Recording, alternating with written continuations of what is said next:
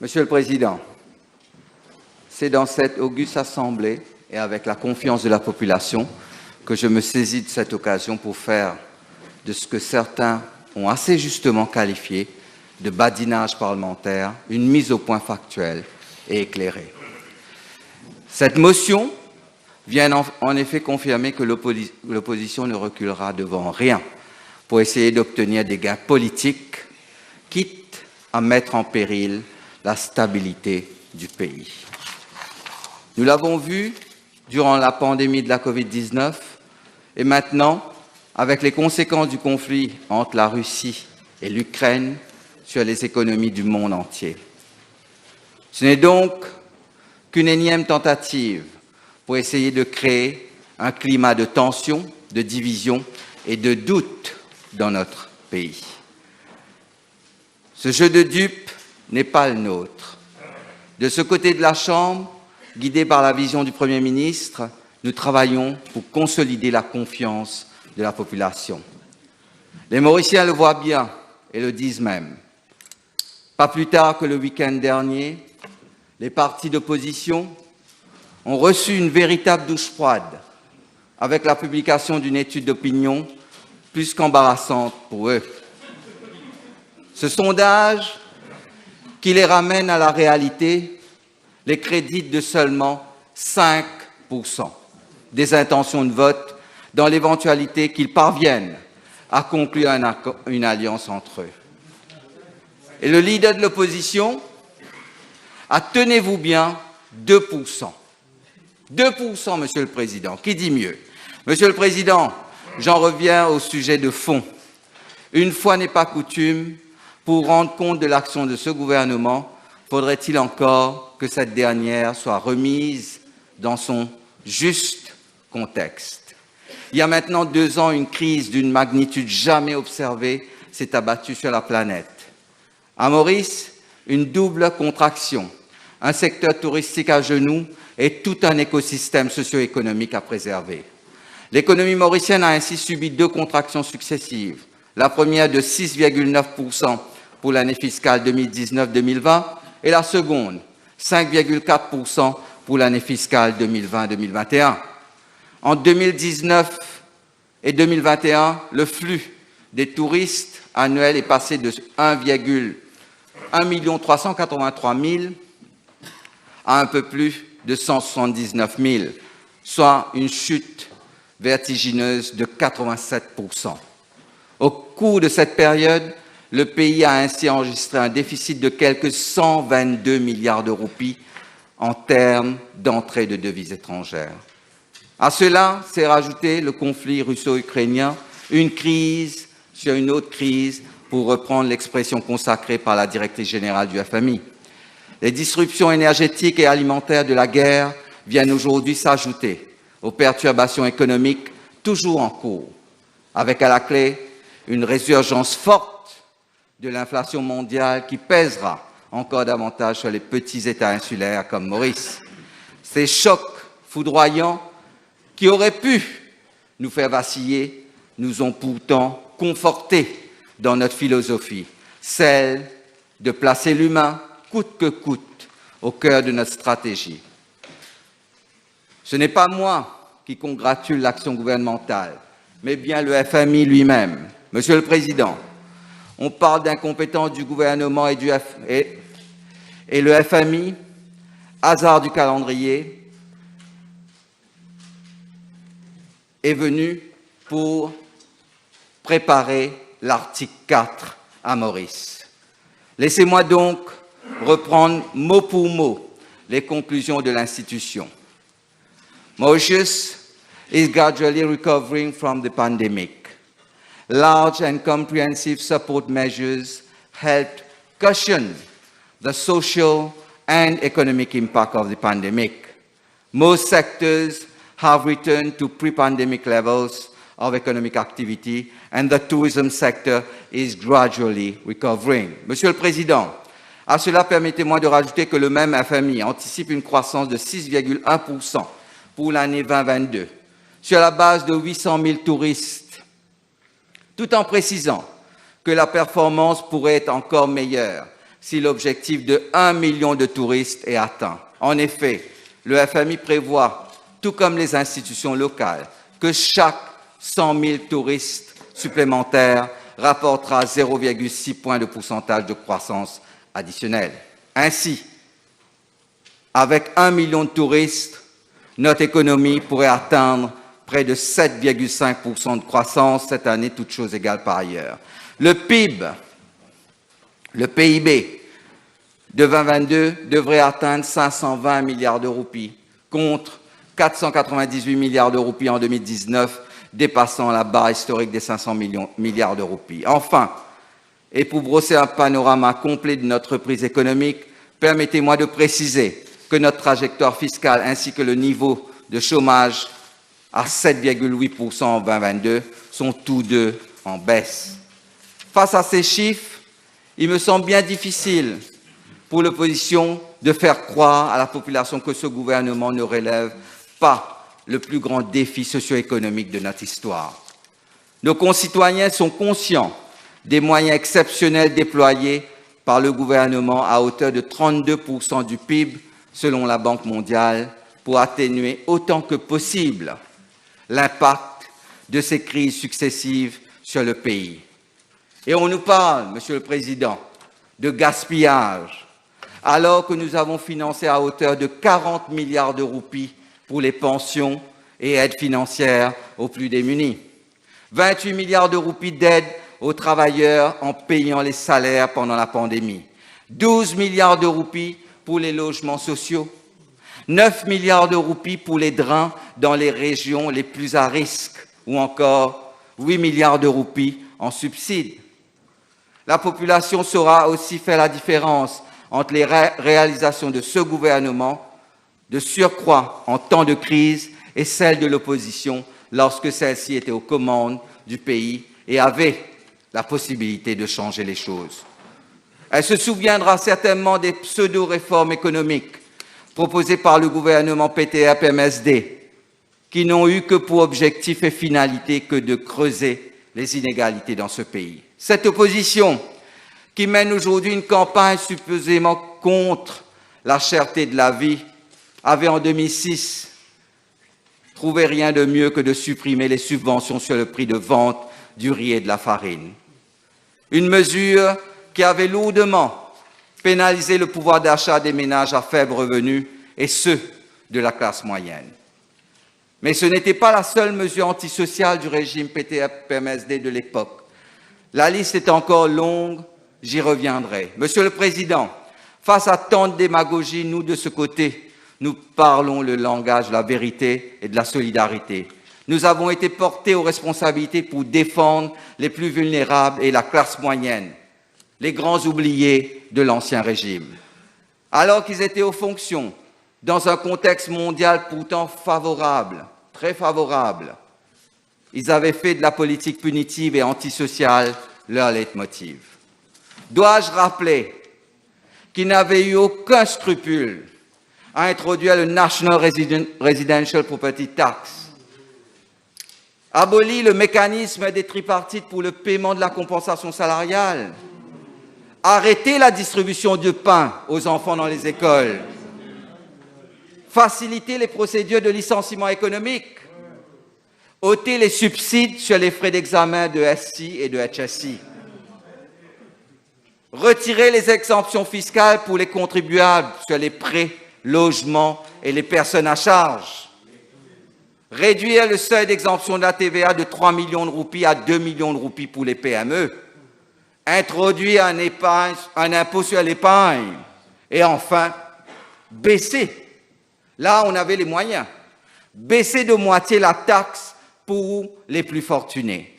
Je souligne que la moitié des ménages à l'époque touchaient moins de 8 000 roupies par mois et que la pension n'était que de 3 000 roupies. Monsieur le Président, ils n'ont eu de cesse que de favoriser les plus aisés et de pénaliser les plus faibles de notre société. Un manque de considération pour les Mauriciens, tout comme une aberration socio-économique.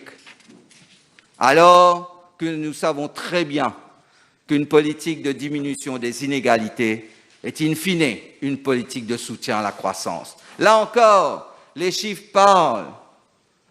Je l'ai dit et je le redis.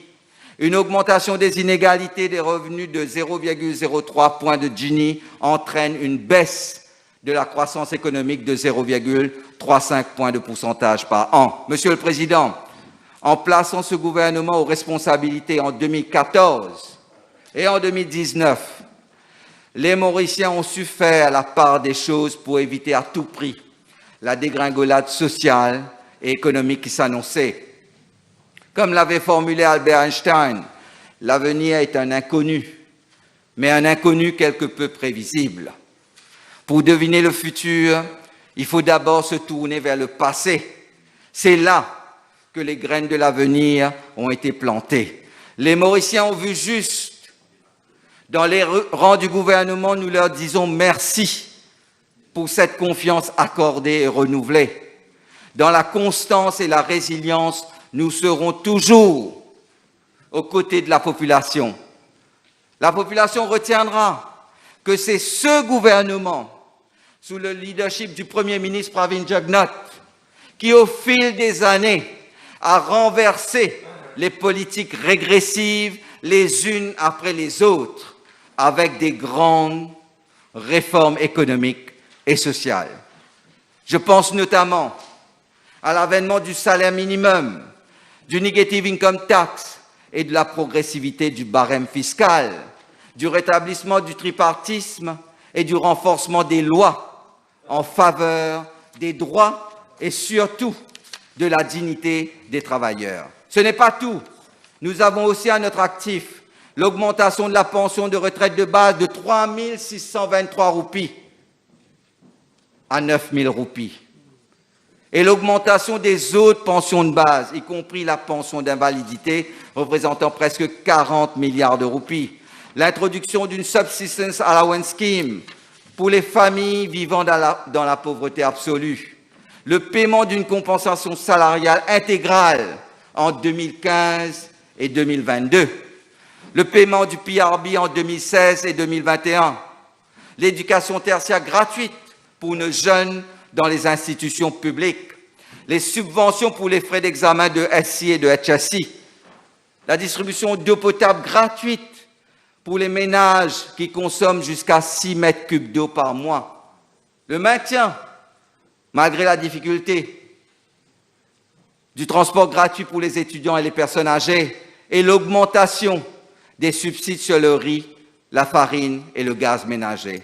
Durant la pandémie, pour protéger les salariés du secteur privé et les travailleurs indépendants, le gouvernement a financé le Wage Assistance Scheme et le Self-Employed Assistance Scheme pour plus de 27 milliards de roupies. Les petits entrepreneurs, eux, ont pu bénéficier de facilités de financement à taux zéro de la DBM pour maintenir leurs activités. Pour restituer le pouvoir d'achat et la dignité des Mauriciens, ce gouvernement a doublé le budget du welfare state par rapport à 2014, sans compter les subventions que nous octroyons depuis juillet de l'année dernière sur les 7 produits les plus consommés pour les ménages au coût de 1,5 milliard de roupies. Et le leader de l'opposition nous parle de gaspillage. Les membres de l'opposition sont loin d'être les mieux placés pour nous faire la leçon sur le pouvoir d'achat et la justice sociale. Monsieur le Président, lorsque l'opposition clame sur tous les toits que le gouvernement a abandonné le petit peuple, c'est la même opposition qui voulait baisser la pension ou encore qui trouvait décent de payer un salarié 1 500 roupies par mois, alors que seule la bonbonne de gaz en coûtait 330 roupies. Intéressons-nous de plus près à l'auteur de cette motion de censure au temps où il était ministre des Finances. Il a fait du pouvoir d'achat le fondement même de cette motion.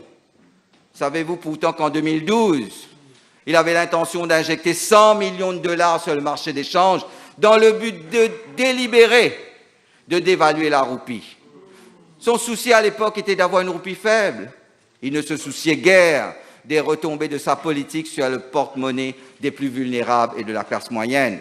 L'inflation cumulée, alors qu'il était au pouvoir en 2005 et 2014, a été de 70%. 70%. Et pourtant, le salaire minimum était de 1 500 roupies et la pension à 3 623 roupies. Et la compensation, quand il était ministre des Finances, était de 175 roupies, Monsieur le Président, alors que l'inflation était à presque 7%. Nous, Monsieur le Président, de ce côté de la Chambre, avons proposé une compensation salariale de 500 roupies en 2021, alors que le taux d'inflation n'était que de 4%.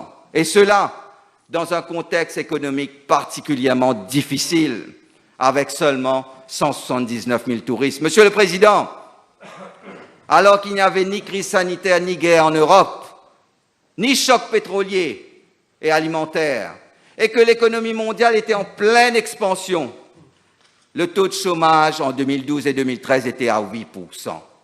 L'investissement s'était contracté pendant 3 années de suite et la productivité du capital avait dégringolé. En 2013, alors que l'industrie du tourisme et le secteur manufacturier d'exportation ne faisaient face à aucune crise mondiale, nous avions seulement 5,2 mois de couverture d'importation en réserve, contre 14,8 mois en avril 2022, soit un moment où l'économie mondiale est en train de vivre le plus gros choc des prix depuis le choc pétrolier de 1973. Monsieur le Président, j'entends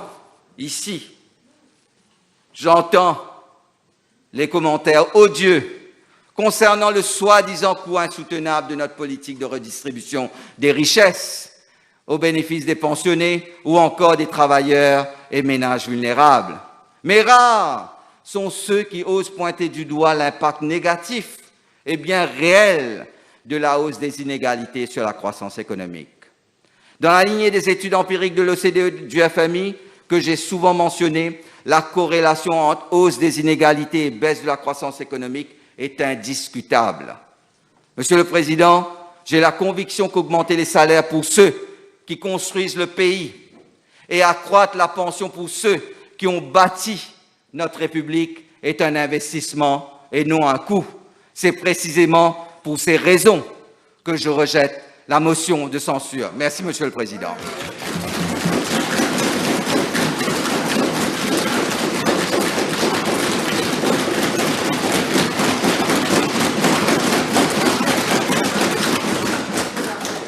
MP Bélanger. Il est temps.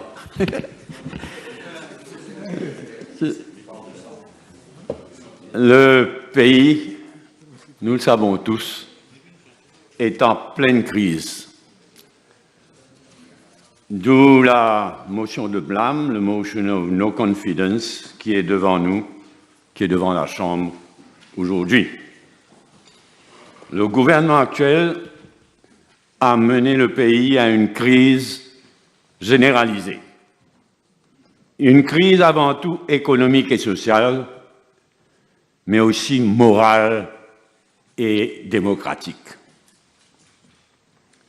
Et le gouvernement actuel hypothèque chaque jour un peu plus l'avenir du pays et de ses enfants. Il faut le dire, trop de Mauriciens et de Mauriciennes ne sont toujours pas pleinement conscients de la gravité de la crise dans laquelle nous nous enfonçons et de l'avenir plus que sombre qui nous attend si nous continuons sur la voie actuelle. La situation dans laquelle se retrouve aujourd'hui le pays rappelle sous bien des égards celle dont avait hérité en 1982 le MMM et le PSM.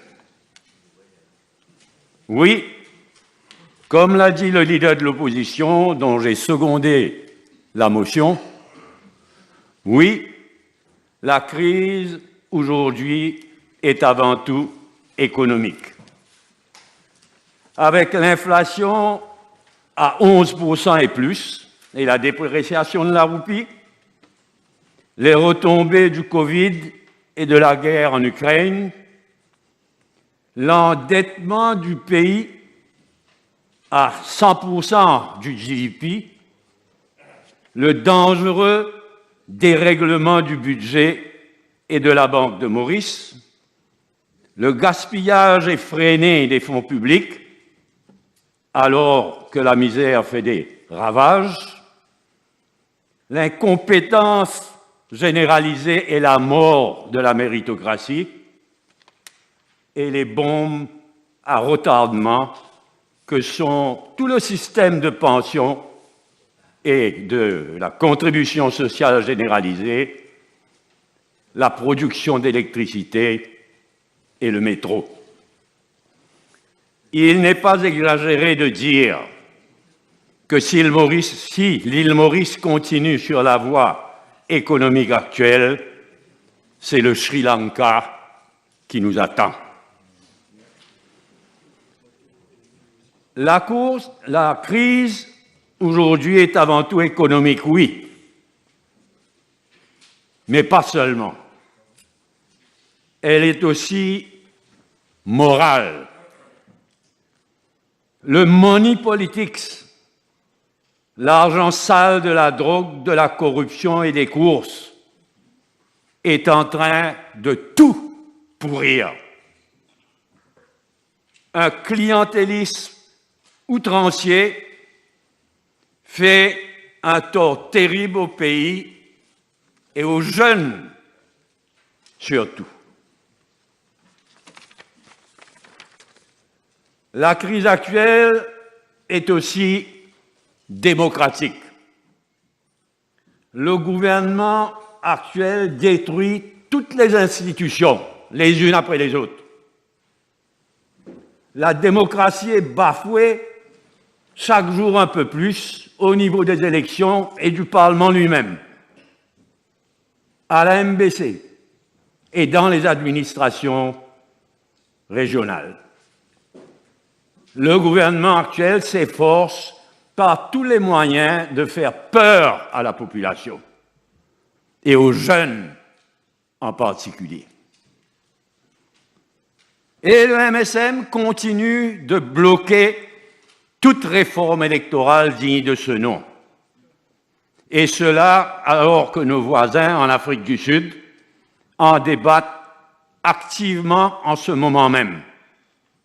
Et alors que là-bas, comme ici, à l'île Maurice, une bonne réforme électorale est plus que jamais une urgence et permettrait de commencer de sortir de la crise généralisée actuelle. La crise est avant tout économique et sociale. Le peuple souffre. La crise est avant tout économique et sociale, mais il faut le dire aussi, le gouvernement actuel hypothèque toujours plus l'avenir du pays et de ses enfants. La crise est avant tout économique et sociale. Le pays, le peuple vit cela, souffre de cela. Mais il faut dire aussi fort et haut que la crise est aussi morale et démocratique. Le gouvernement est déjà à mi-mandat, alors que le pays est en pleine crise généralisée. L'évidence même, c'est que dans une telle situation, l'évidence même, c'est que le plus tôt les prochaines élections générales, le mieux pour le pays. Peu importe finalement qui gagnera les prochaines élections générales. C'est le pays qui doit gagner. Merci.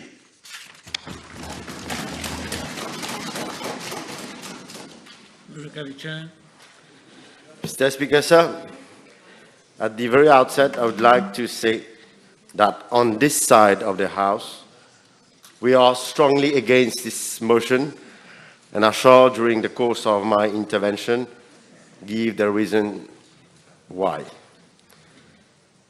Mr. Speaker, sir, even if this motion of no confidence perfectly fits our democratic system of parliamentary democracy, wherein all voices should have a say in public affairs, still we believe that carrying such a motion on the floor of the House at this particular time and juncture is but a loss of time and energy. I say so because we know too well that nobody is going to believe what they say. Why? Because none of their arguments holds water. Does it make sense to criticize the government because the world price of crude oil or gas is most volatile? Does it make sense to criticize the government because the price of domestic oil is volatile?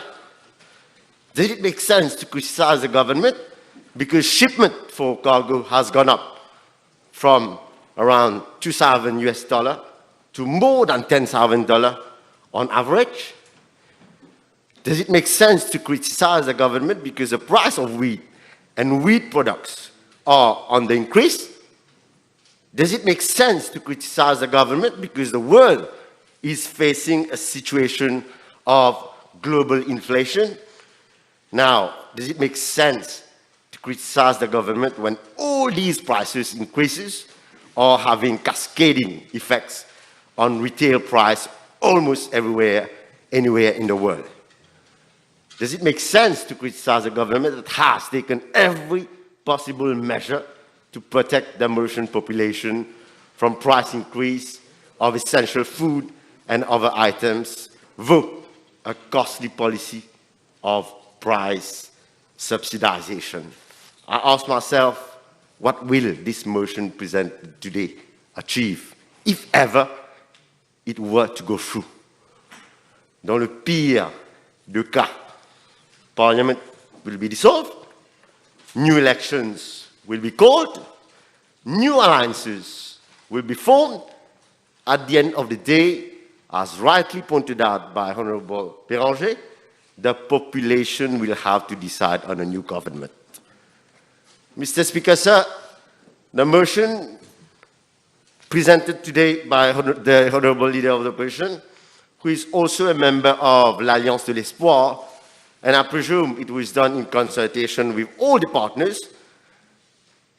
I also believe that if successful in their attempt, they aspire to form a government. Yet, if we refer to the recent opinion poll, have it with me, weekend, last week, I note that the same alliance, actually the Honorable Minister of Finance made a mistake. He credited l'Alliance de l'Espoir 5% intention of vote. Actually, no, Mr. Speaker, sir. Alliance de l'Espoir, Mouvement Militant Mauricien, PMSD, Rocher-Baden, and Boda is worth 1%, a mere 1% of the electorate. I was quite surprised myself. I was quite surprised. I was stunned, actually. I always thought they were the next or best alternative. The figures published in the poll speaks for themselves, Mr. Speaker, sir. It is not clear that if general elections are called tomorrow, they do not stand a chance to form a new government. So how can the Honorable Leader of the Opposition says that he is the porte-parole de la voix du peuple? Having said so, Mr. Speaker, sir, I would have thought following the publication of that survey during the weekend, the Leader of the Opposition would have come back to his senses and withdraw his motion. Well, since it is still on the agenda, let's debate. Mr. Speaker, sir, Mauritius, just like any other country, is facing the impact of several disruptions since COVID-19, since 2020. There has been double economic contraction, rising inflation rates, and decreasing growth rates. Our government has done its best to shield the population against these impacts by providing safety nets where and when it was necessary, and we are determined to continue to do so. Mr. Speaker, sir, true it is that we are currently facing external shocks. However, this is not a reason to stop all developments as being proposed by the opposition. Doing so could seriously impair our economic model, which is premised mainly on public and private sector investment for job creation and income generation. As former ministers of finance, Honorable Duval and Béranger, should know it better. Mr. Speaker, sir, the actual prevailing economic situation can somehow be compared to the early 1980s, well said, Honorable Béranger, when Mauritius was in recession, although we are not there yet. Let me take the House back in history, more precisely, the situation prevailing in 1982. The new regime had inherited a country in ruins. International pressure was being exercised on Mauritius to bring drastic reforms and curb down development projects, but due to the farsightedness of the then Prime Minister, Anirudh Jagannath, and his Vice Prime Minister, Sir Gaëtan Duval, the then government decided not to blindly follow the recommendations of the IMF, and rightly so. They chose the path of development over austerity and censure. Thereafter, Mauritius experienced its first economic boom, fueled by shrewd investment in different sectors. Mr. Speaker, sir, I draw this parallel to show the leader of the opposition the vision of two patriots over politicians who are simply looking to win government at any cost, even if it entails taking the country to ruins by blatantly being economical with the truth. Mr. Speaker, sir, this episode proves that in dire situations, you just do not stop progress. And today again, this government is not going to jeopardize the future of the Republic by halting development. It is regrettable that during such difficult times, where we need to strike the right balance between the economic and social aspects, keeping in mind the presentation of the national budget is not far ahead, the opposition and some extra-parliamentary groups tend to believe that simple mathematical solutions can resolve the actual difficulties. Mr. Speaker, sir, we are here debating on this motion of no confidence while the heads of the World Bank Group, IMF, World Food Programme, and WTO in a joint statement on the 13th of April called for an urgent coordinated action on food security. They pressed on the international community to urgently support vulnerable countries through coordinated actions ranging from provision of emergency food supplies, financial support, increased agricultural production, and open trade. Let me quote what these institutions stated. The world is shaken by compounding crisis. Sharply higher prices for staple and supply shortages are increasing pressure on households worldwide and pushing millions into poverty. There is a call on the international community to urgently support vulnerable countries. With your permission, Mr. Speaker, sir, I am tabling this statement. Mr. Speaker, sir, instead of collaborating with the government on issues of national importance, especially in light of the assessment of the situation by the international institution, here we have an opposition who preferred to brush aside economical issues and indulge in the blame games. It is more than ever urgent. We as a nation come, sorry, just, it is more than ever urgent we as a nation come together with concrete and realistic solutions to overcome the hurdles standing on our way. It is high time to stop being demagogical and start preparing the people to face the crude reality. The opposition should assume their role as a responsible opposition and enlighten the people on the difficulties the world is facing and not capitalizing on the situation to make cheap politics. We need to find solutions, and this is exactly what this government has been doing since last year. Mr. Speaker, sir, allow me now to explain the context in which rising prices are becoming recurrent. The outburst of COVID-19 pandemic has brought considerable disruption in the supply market worldwide. And as a small island developing state heavily dependent on importation, Mauritius has not been spared from this supply-driven shock. This unprecedented phenomenon resulted in the surge in the prices of raw material. During the period, some shipping companies diminished their activities. Such actions had the effect of causing major fall in revenue for those shipping line companies. To cover such losses, shipping lines companies had therefore increased the cost of freight, and as a result, the price of imported goods rose. Moreover, the appreciation of the major trading currency, especially the US dollar, had directly impacted on the cost of products imported in the country. Mr. Speaker, sir, in the wake of the continuous rise in the price of food commodities, government could not have remained insensitive to the plight of the consumers.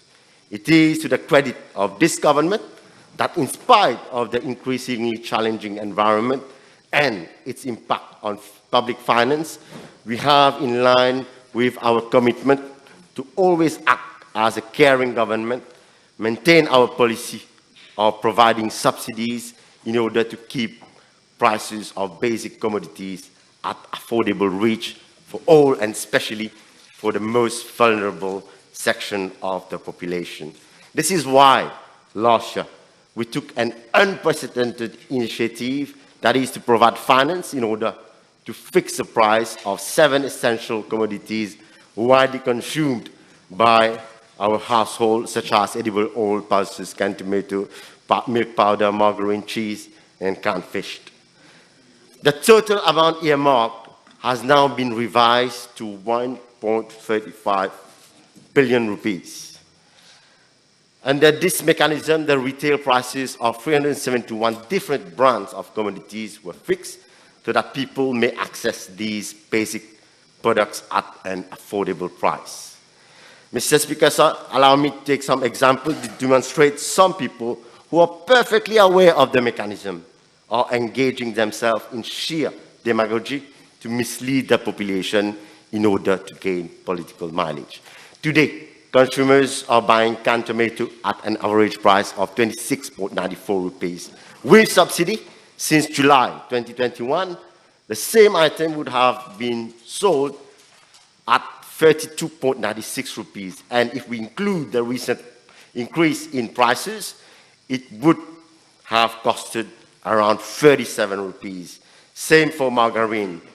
Currently, it is being sold at 75 rupees, whereas it should have cost 95 rupees. Milk, again. Currently, it is being sold at 206 rupees. If no subsidy was given, it would have costed consumers 258.50 cents. Mr. Speaker, sir, I can mention many more examples. Are these examples not clear enough to show that government is putting in every possible effort to absorb the shocks and protect the purchasing power of the population, and particularly the most vulnerable? As for the prices of medicines, we are fully conscious that the margin for retailers and distributors are on the high side. I gave the assurance that this government is fully committed to review the markup on these products. The committee, which was supposed to review the price structure, has already submitted its report to me, and they have proposed that we adopt a regressive market as proposed by the Competition Commission. I, again, reassure the House that same will be presented to Cabinet soon, and a decision will be taken. Mr. Speaker, sir, moreover, in a gesture to alleviate the sufferings of consumers, the subsidy on flour has been increased by 108 million rupees in order to meet the double objectives of maintaining the price of sijul bread, that is pain maison, at 2.60 rupees, while not penalizing bakeries for the increase in their production costs. It is also worth mentioning that the actual price of long grain rice, commonly known as riz ration, by STC, is sold at 10 rupees 80 kg, whereas STC procures it at 25.80 rupees. The government therefore subsidizes around 15 rupees per kg, which implies that a subsidy of 58% is provided to consumers, representing a sum of 354 million rupees. It is also worth noting that the projected amount the government will be spending on subsidy for the fiscal year 2021-2022 will be approximately 4 billion rupees. Mr. Speaker, sir, the philosophy of this government is to protect its population as far as possible against any global crisis that could affect its well-being, and we have been doing so well before the IMF, the World Bank, World Food Programme, and the World Trade rings the alarm bell. My ministry is also having regular consultation with the Mauritius Chambers of Commerce and Industry and other stakeholders concerned to ensure that there is no shortage of food commodity in Mauritius. Simultaneously, we are looking for alternative sources of import to ensure continuity of supply in the country. Mr. Speaker, sir, as a caring government since 2014, this government has been doing its utmost best to restore the dignity of the population, which they had lost under the Labour PMSD government, to which the leader of the opposition was also a member. Under the able stewardship of the Prime Minister, we have brought every single possible measure to alleviate the difficulties faced by our people. The very first measure the government took after acceding to power was to give an additional remuneration of 600 rupees across the board to compensate for the loss of purchasing power under the Labour PMSD government. Les pensionnés vivaient dans la misère pendant des années avec une somme ne dépassant pas 3 623 roupies, Monsieur le Président. On peut se demander aujourd'hui comment ces personnes faisaient pour manger à leur faim et payer leurs factures. Le leader de l'opposition et d'autres membres qui étaient au gouvernement à cette époque n'avaient-ils pas de la compassion? C'est maintenant qu'ils voient qu'une pension de 9 000 roupies n'est pas suffisante dans le contexte actuel. Monsieur le Président, si nous n'avions pas augmenté la pension, un pensionné percevrait aujourd'hui seulement 6 608 roupies mensuellement. I am sure that members on the other side of the House do acknowledge that there has been an unparalleled effort by this government to assuage the sufferings of the senior citizens, widows, orphans, and people living with disabilities. We have not been insensitive to families living in absolute poverty. The government introduced a subsistence allowance scheme, not to forget the minimum wage. Mr. Speaker, sir, another breakthrough measure. I will conclude. I still have 2 minutes. Moreover, it should be noted that education was free. Access to tertiary education was still outside the reach of the poor families. On average, accessing university costed 47 rupees per year. Government has eliminated this final barrier by providing free access to tertiary education, hence implying a saving of an average 47 rupees per household per child attending university. In addition, the government has waived the examination fee for SC and HSC, making a saving of 11,000 and 12,000 respectively for parents with children sitting for SC and HSC. Let's not forget, this has been canvassed, Mr. Speaker, sir. It is with pride that we shall continue to work relentlessly for the benefit of the citizens of the Republic. All that I have mentioned today were measures thoughtfully carved to guarantee the population lives better. Thank you very much. Thank you.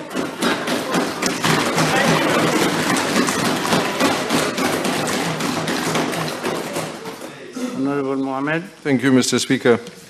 Since the time is limited, let me try to go straight and dive into the subject. The Honourable Minister of Finance has used some very bizarre terminology in order to defend his bilan, qui est lamentable. And he starts by saying that c'est un badinage politique. He says, l'opposition ne reculera devant rien pour des gains politiques, tentative de créer un climat de tension, de doute. He says that they have a langage de vérité and de solidarité. And he says that everything is to blame with, as my good friend, Honourable Minister of Labour has just stated, everything is to put, the fault is that of the international situation, and it is never the fault of government.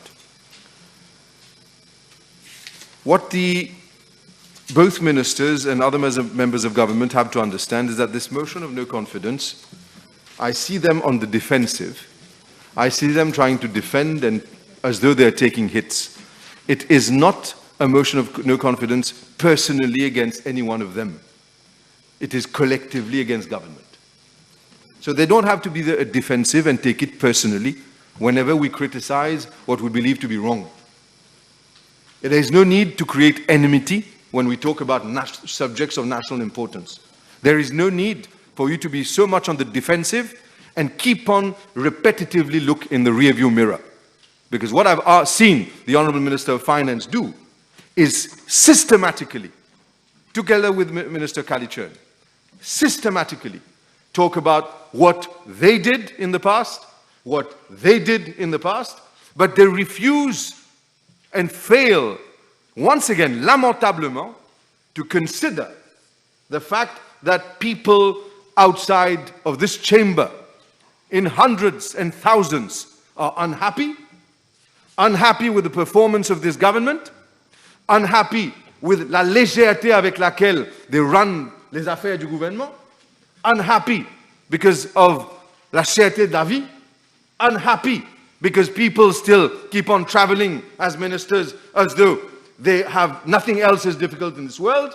When it comes to people having to eat, when it comes to people, good friend Honourable Kalichern says government has subsidized and will be subsidizing almost 4 billion rupees.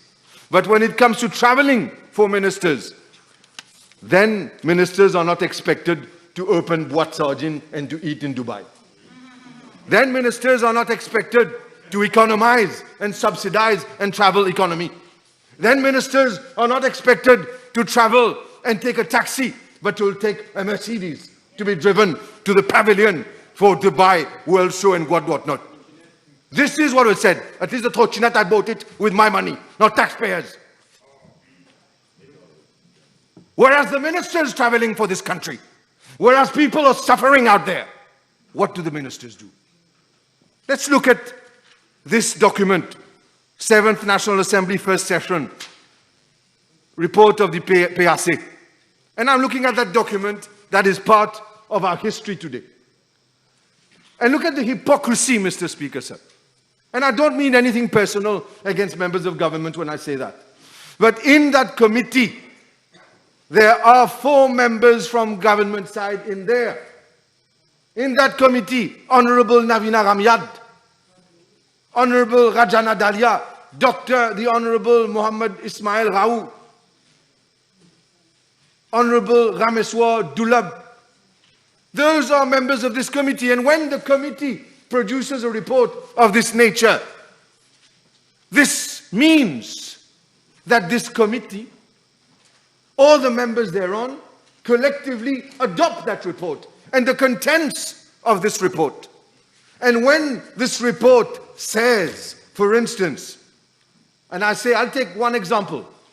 Your committee takes this very serious view at paragraph 2.1.2 of the representations made by the representatives of the ministries that they were executing instructions from their respective minister.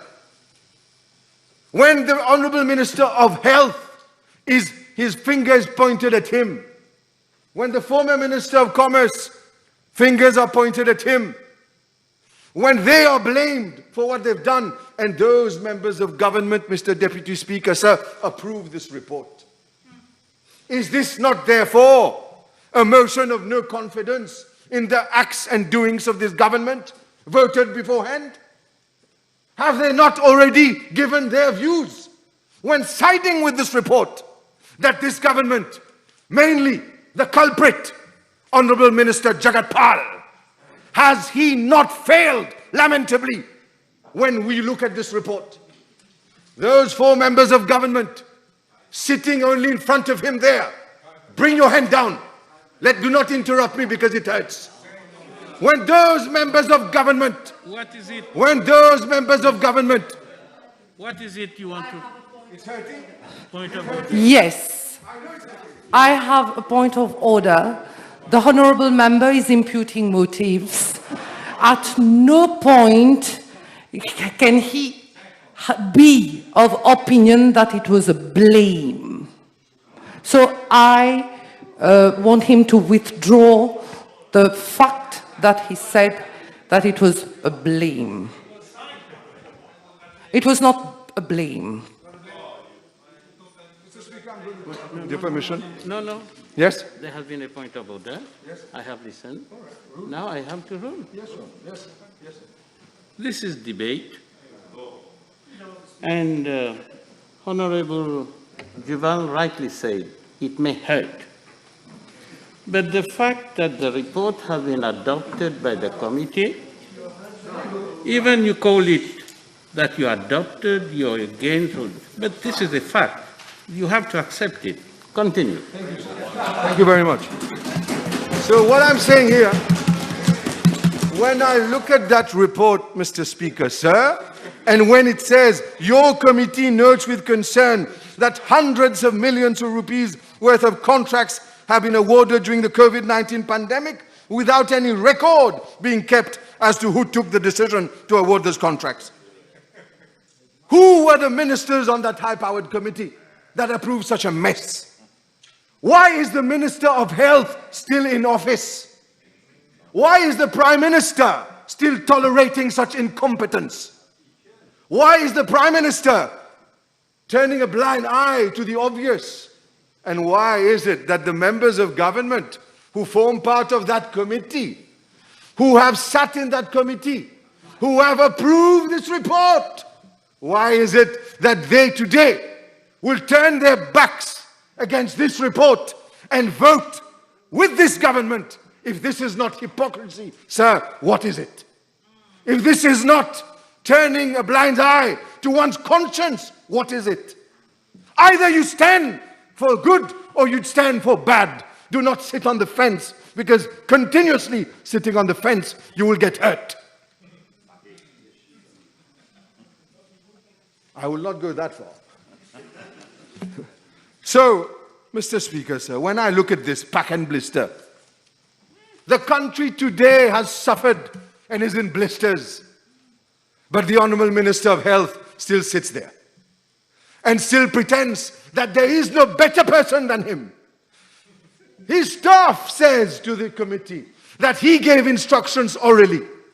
His staff say that he violated procurement rules. His staff says that he kept no records and did not see to it that records were kept. And he smiles. Look at his smirk. Look at his smiles. Don't be personal. Don't be personal. I shall therefore withdraw the fact that I say look at his smile. Let's not look at his smile. Let's refuse to look at his smile. Don't look at his face. Don't look at his face. I agree. Mr. Speaker, you're right. You see, Mr. Speaker, sir, the difference, you know what is the difference between a politician and a leader? A politician is only interested in getting re-elected for the next elections. I am not. A leader is interested in sacrificing himself for the good of his country, not elections. And this is what we do on this side of the House. We sacrifice for our country, whereas they are only interested in getting re-elected. La population mauricienne souffre et le ministre des Finances pense que c'est un badinage. Don't interrupt the member. And the Minister of Finance, what explanation is he going to give to the people out there? And I speak to those members of the PAC, and I appeal to their conscience. And I ask them not to be ashamed for what they decided in the committee. Not to turn their backs like chameleons that try to adopt a different color because the bush they're in has changed feuillage. Do not try to wear camouflage and hide from the obvious. If you have agreed that therein lies problems as regards governance, I put it to you, Mr. Speaker, sir. Why is it that we have to tolerate political and parliamentary hypocrisy in the face of suffering out there? And the Minister of Commerce, and I say a good friend, just like other friends as well. Let's not feel the fingers pointing at him. Good friends on the other side. No, he's also a good friend. He's quite a funny one, though, but he's a good friend. So when I look at this. Explain to me something. The real price of mogas aujourd'hui, without any taxes, 37 rupees 20 per litre. The real price of gasoil, without any taxes, 38 rupees 96. Le consommateur aujourd'hui, il paye la TVA sur mogas 8 roupies 80 par litre. Le consommateur sur gasoil paie 6 roupies 50 par litre. En plus, le consommateur, le badinage que le ministre des Finances pense qu'on fait, est obligé de payer 2 roupies par litre comme contribution pour les vaccins de Covid-19. Mais cela n'a pas empêché les chers ministres de l'autre côté de la Chambre de se parader devant la presse, de prendre des photos, que ce soit avec les représentants diplomatiques d'autres pays, pour vanter la capacité de leur cher Premier ministre de négocier des vaccins et de les obtenir gratuitement. Alors moi je me demande, Monsieur le Président, si on a pu obtenir des vaccins gratuitement, pourquoi alors ils sont en train de poignarder la population ou de vampiriser la population en suçant le sang jusqu'à la moelle de cette population en nous volant 2 roupies par litre? Pourquoi alors le ministre du Commerce, l'honorable membre, n'a même pas eu l'audace d'expliquer aujourd'hui pourquoi le gouvernement ne considère pas comme justifié la réduction des taxes? Pourquoi est-ce qu'on continue à payer 2 roupies par litre? Pourquoi est-ce qu'on continue à contribuer autant de taxes et que le prix a presque même peut-être plus que doublé? Le vrai prix est la moitié. In moments like this, you have to show solidarity. Le type de solidarité dont parle le ministre des Finances est simplement joli à entendre dans son français de Molière. Mais en réalité, ce n'est même pas un véritable enjeu politique, la moralité ou la solidarité. Il nous vend une histoire qui est tout à fait fausse, parce que la vérité est qu'aujourd'hui, on va en discuter, ils vont défendre l'intérêt du gouvernement, et puis ils vont tous dire « Aye, we are in the interest of government and government will win the day ». But out there, people are suffering. Out there, people are paying a heavy price. So, Mr. Speaker, sir, maybe I'll finish on this one sentence. I'll ask the Minister of Finance, who says that he is transparent and that he is honest politically, to at least reply. How much did it cost government when the several ministers went to Dubai? Because those two ministers, those two questions from Honorable Yutim and Honorable Juman, put on the 5th of April 2022, he said he would reply. He has still not replied. So keep hiding, but we will find you. Thank you.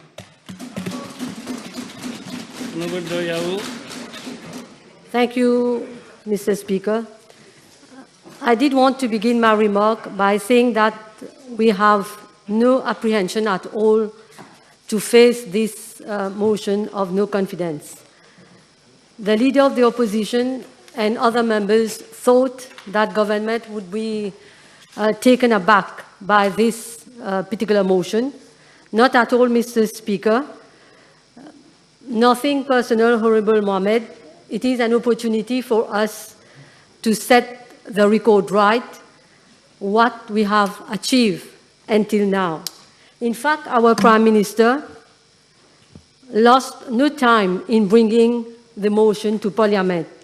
We on this side of the House consider it an opportunity to remind the House of all our achievements until now, notwithstanding the difficult situation. First, the adverse impact of the pandemic, and second, the recent war between Ukraine and Russia. Should you have faced those uphill battles during the past 2 years, we have doubts whether you would have met the challenges the way we have done so far. It is a pity that the opposition members are capitalizing on the adverse effect of the pandemic and the war for their own, I must say, political game. The leader of the opposition is holding government accountable for the present situation. It appears that the opposition does not understand their responsibilities. On the international front, Mr. Speaker, Mauritius has always done well on international ranking. The 2020 development report shows that Mauritius has made significant progress in 3 areas of human development: a long and healthy life, access to knowledge, and a decent standard of living. We rank 13 on the World Bank Doing Business Report 2020. We are first on the Mo Ibrahim Index of African Governance for the last 10 years. Let me also remind the leader of the opposition that since we were elected in 2014, we have spared no effort in reversing the chaotic situation prevailing in the country under the previous regime of 2010 to 2014. It is useful to take a look at what we have done. We combine economic, social, and infrastructural development to give new impetus to our country. Furthermore, we have always focused on the well-being and social protection of the most vulnerable. Social security and social integration measures are essential instruments of social and economic justice. Never before have we seen a government showing political willingness for the welfare of all people. We have so far done the things that need to be done. We have always, Mr. Speaker, put people at the heart of all our efforts. In fact, putting people at the heart of any process makes a lot of sense. Mr. Speaker, let me, at this stage, put some pertinent questions. Who introduced the national minimum wage in January 2018? Our government. Who introduced negative income tax and special allowance to support workers in the informal sector? Our government. who brought the substantial increase in basic pension in 2014 and 2019? Our government. I am here referring to basic pensions, such as basic retirement pension, basic widow's pension, basic invalidity pension. You will recall, Mr. Speaker, that our government increased the basic retirement pension from 3,623 to gradually 9,000. And can you imagine that at that material time, in 2014, before election, basic invalidity pension and basic widow's pension were less than the basic retirement pension, only 3,267. What have we done, Mr. Speaker? We have aligned these basic pension to 9,000 rupees monthly.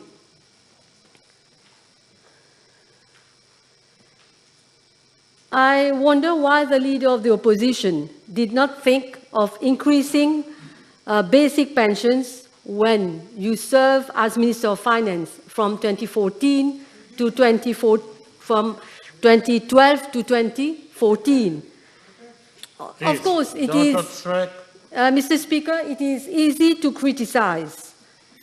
You should have done what we have done for our elders long time back. Moreover, Mr. Speaker, the basic orphans pension for children under 15 years has gone up from 3,710 to 5,000.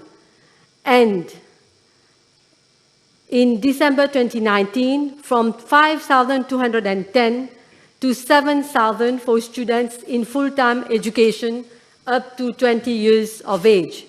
Carers allowance, Mr. Speaker. Carers allowance was a meager figure of 2,500. Now it is, the carers allowance is 3,500. And this, we have brought this increase in December 2019. So, Mr. Speaker, these increases in pension have required major investment by government. In 2014, the budget of the Ministry of Social Security stood at 13.9 billion. This amount has increased gradually to reach no less than 38.6 billion in 2021. Who was behind this massive investment for the well-being of our people, Mr. Speaker? Again, our government. That is the reality. Correct me if I am wrong. The whole world is aware of the difficult conditions that are prevailing. The life of each and every citizen is being affected by the escalation of prices of basic commodities. As a small island nation, it was difficult for Mauritius to brave the pandemic. Even highly developed nations were brought to their knees in the face of the sanitary crisis.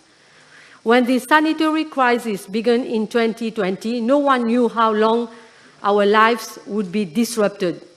We are living in a volatile world. We have had to develop resilience.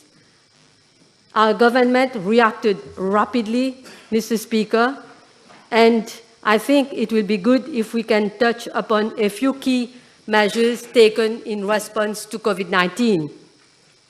What have we done, Mr. Speaker? We implemented a wage assistance scheme.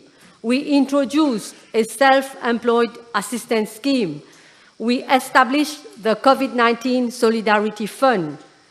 We distributed food packs to families on the SRM beneficiaries of a carer's allowance. We brought a reduction in the electricity tariff to alleviate difficulties faced by poor families.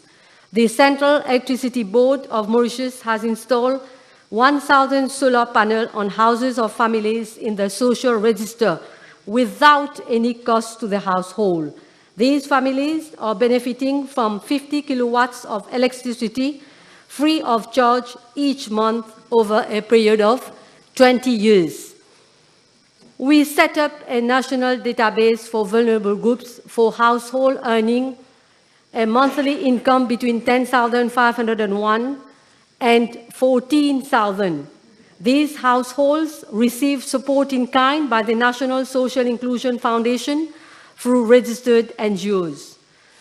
My ministry has also been providing support to homeless persons via the COVID-19 Solidarity Committee through the setting up of a night shelter and residential rehabilitation center to support homeless persons. Mr. Speaker, the war in Ukraine may be happening thousands of kilometers away from us, but it still has a very direct impact on our lives. The two countries involved in this war, Russia and Ukraine, are major commodities producers, and disruptions are causing global prices to soar, especially for oil, natural gas, and basic food commodities, such as wheat. Allow me to quote Kristalina Georgieva, Managing Director of the IMF, who in an address made on 14th April 2020 stated, I quote, "To put it simply, we are facing a crisis on top of a crisis.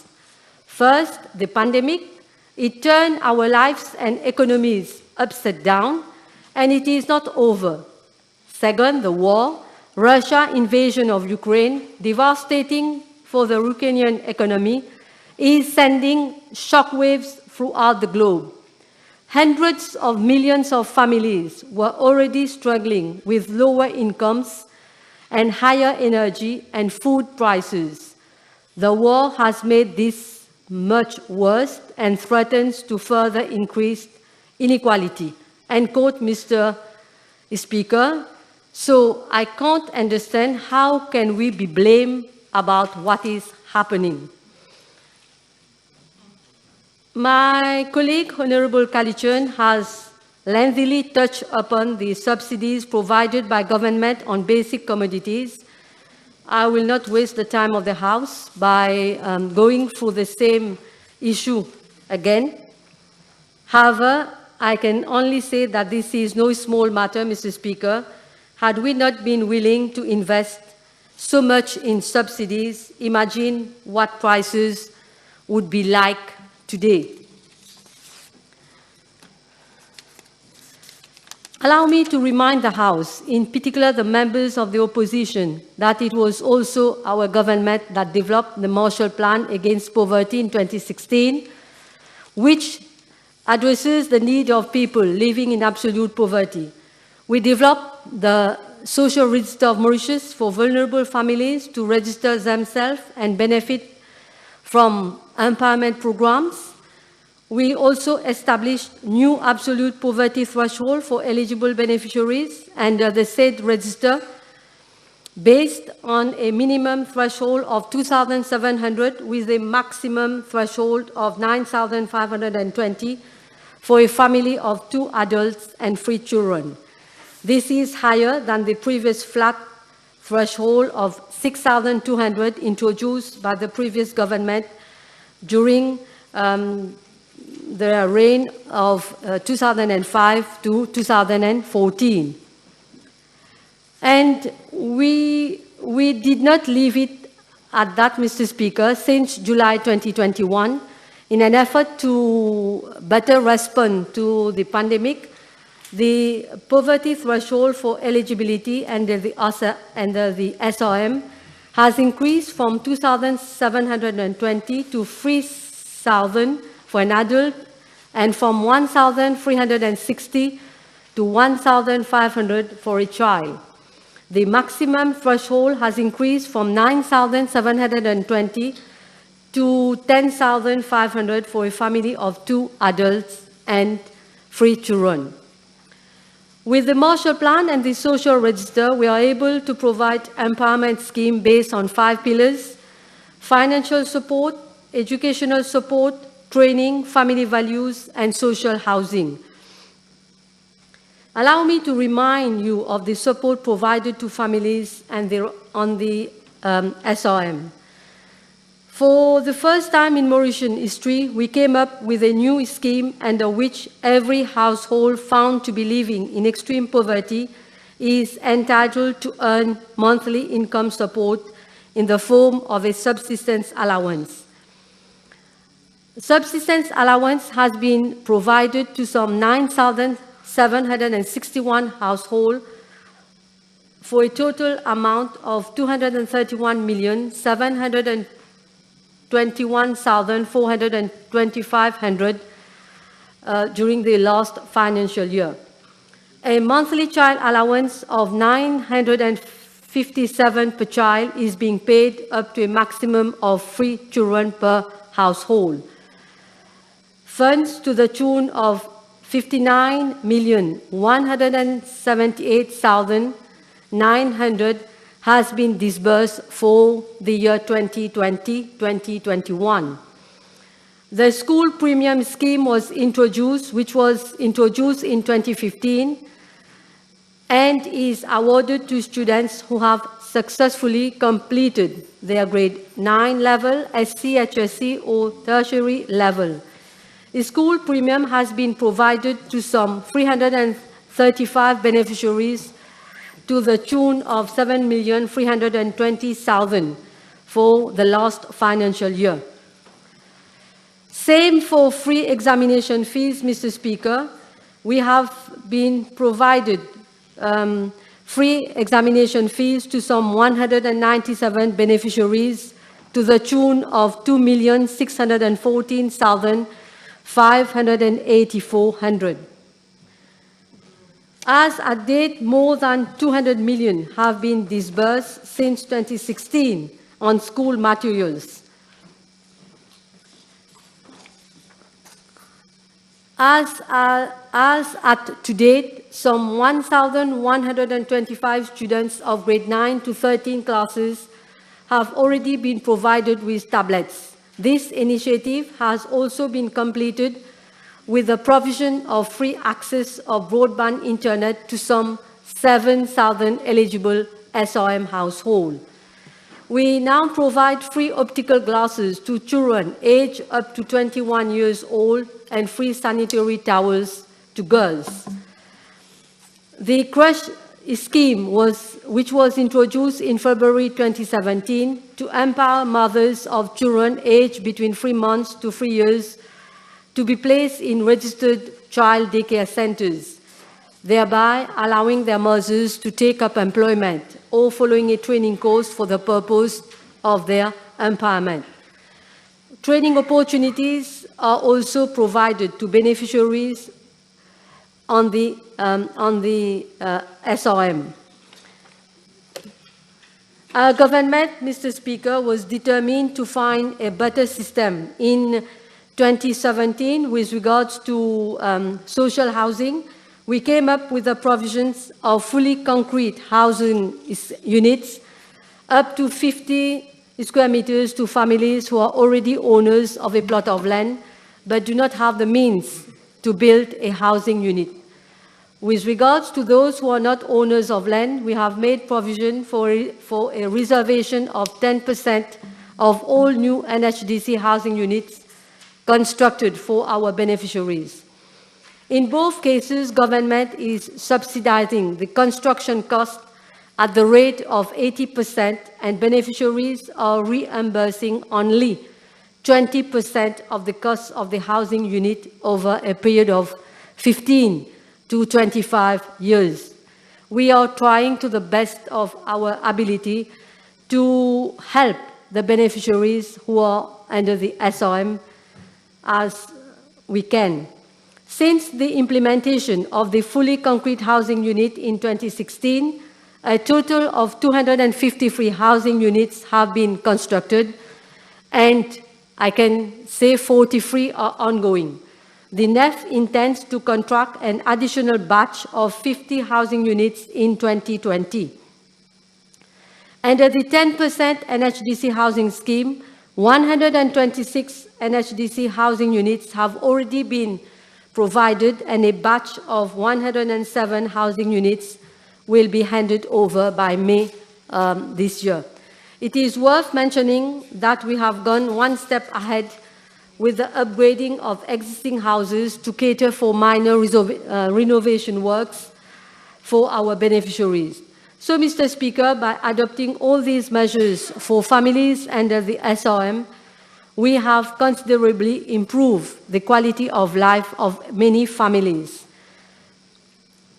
All these measures, Mr. Speaker, are concrete examples which confirm the deep commitment and solidarity of this government with our people. The population can rest assured that as a loving and responsible government, we have not hesitated and would not hesitate to consider new ways of dealing with the global challenges ahead.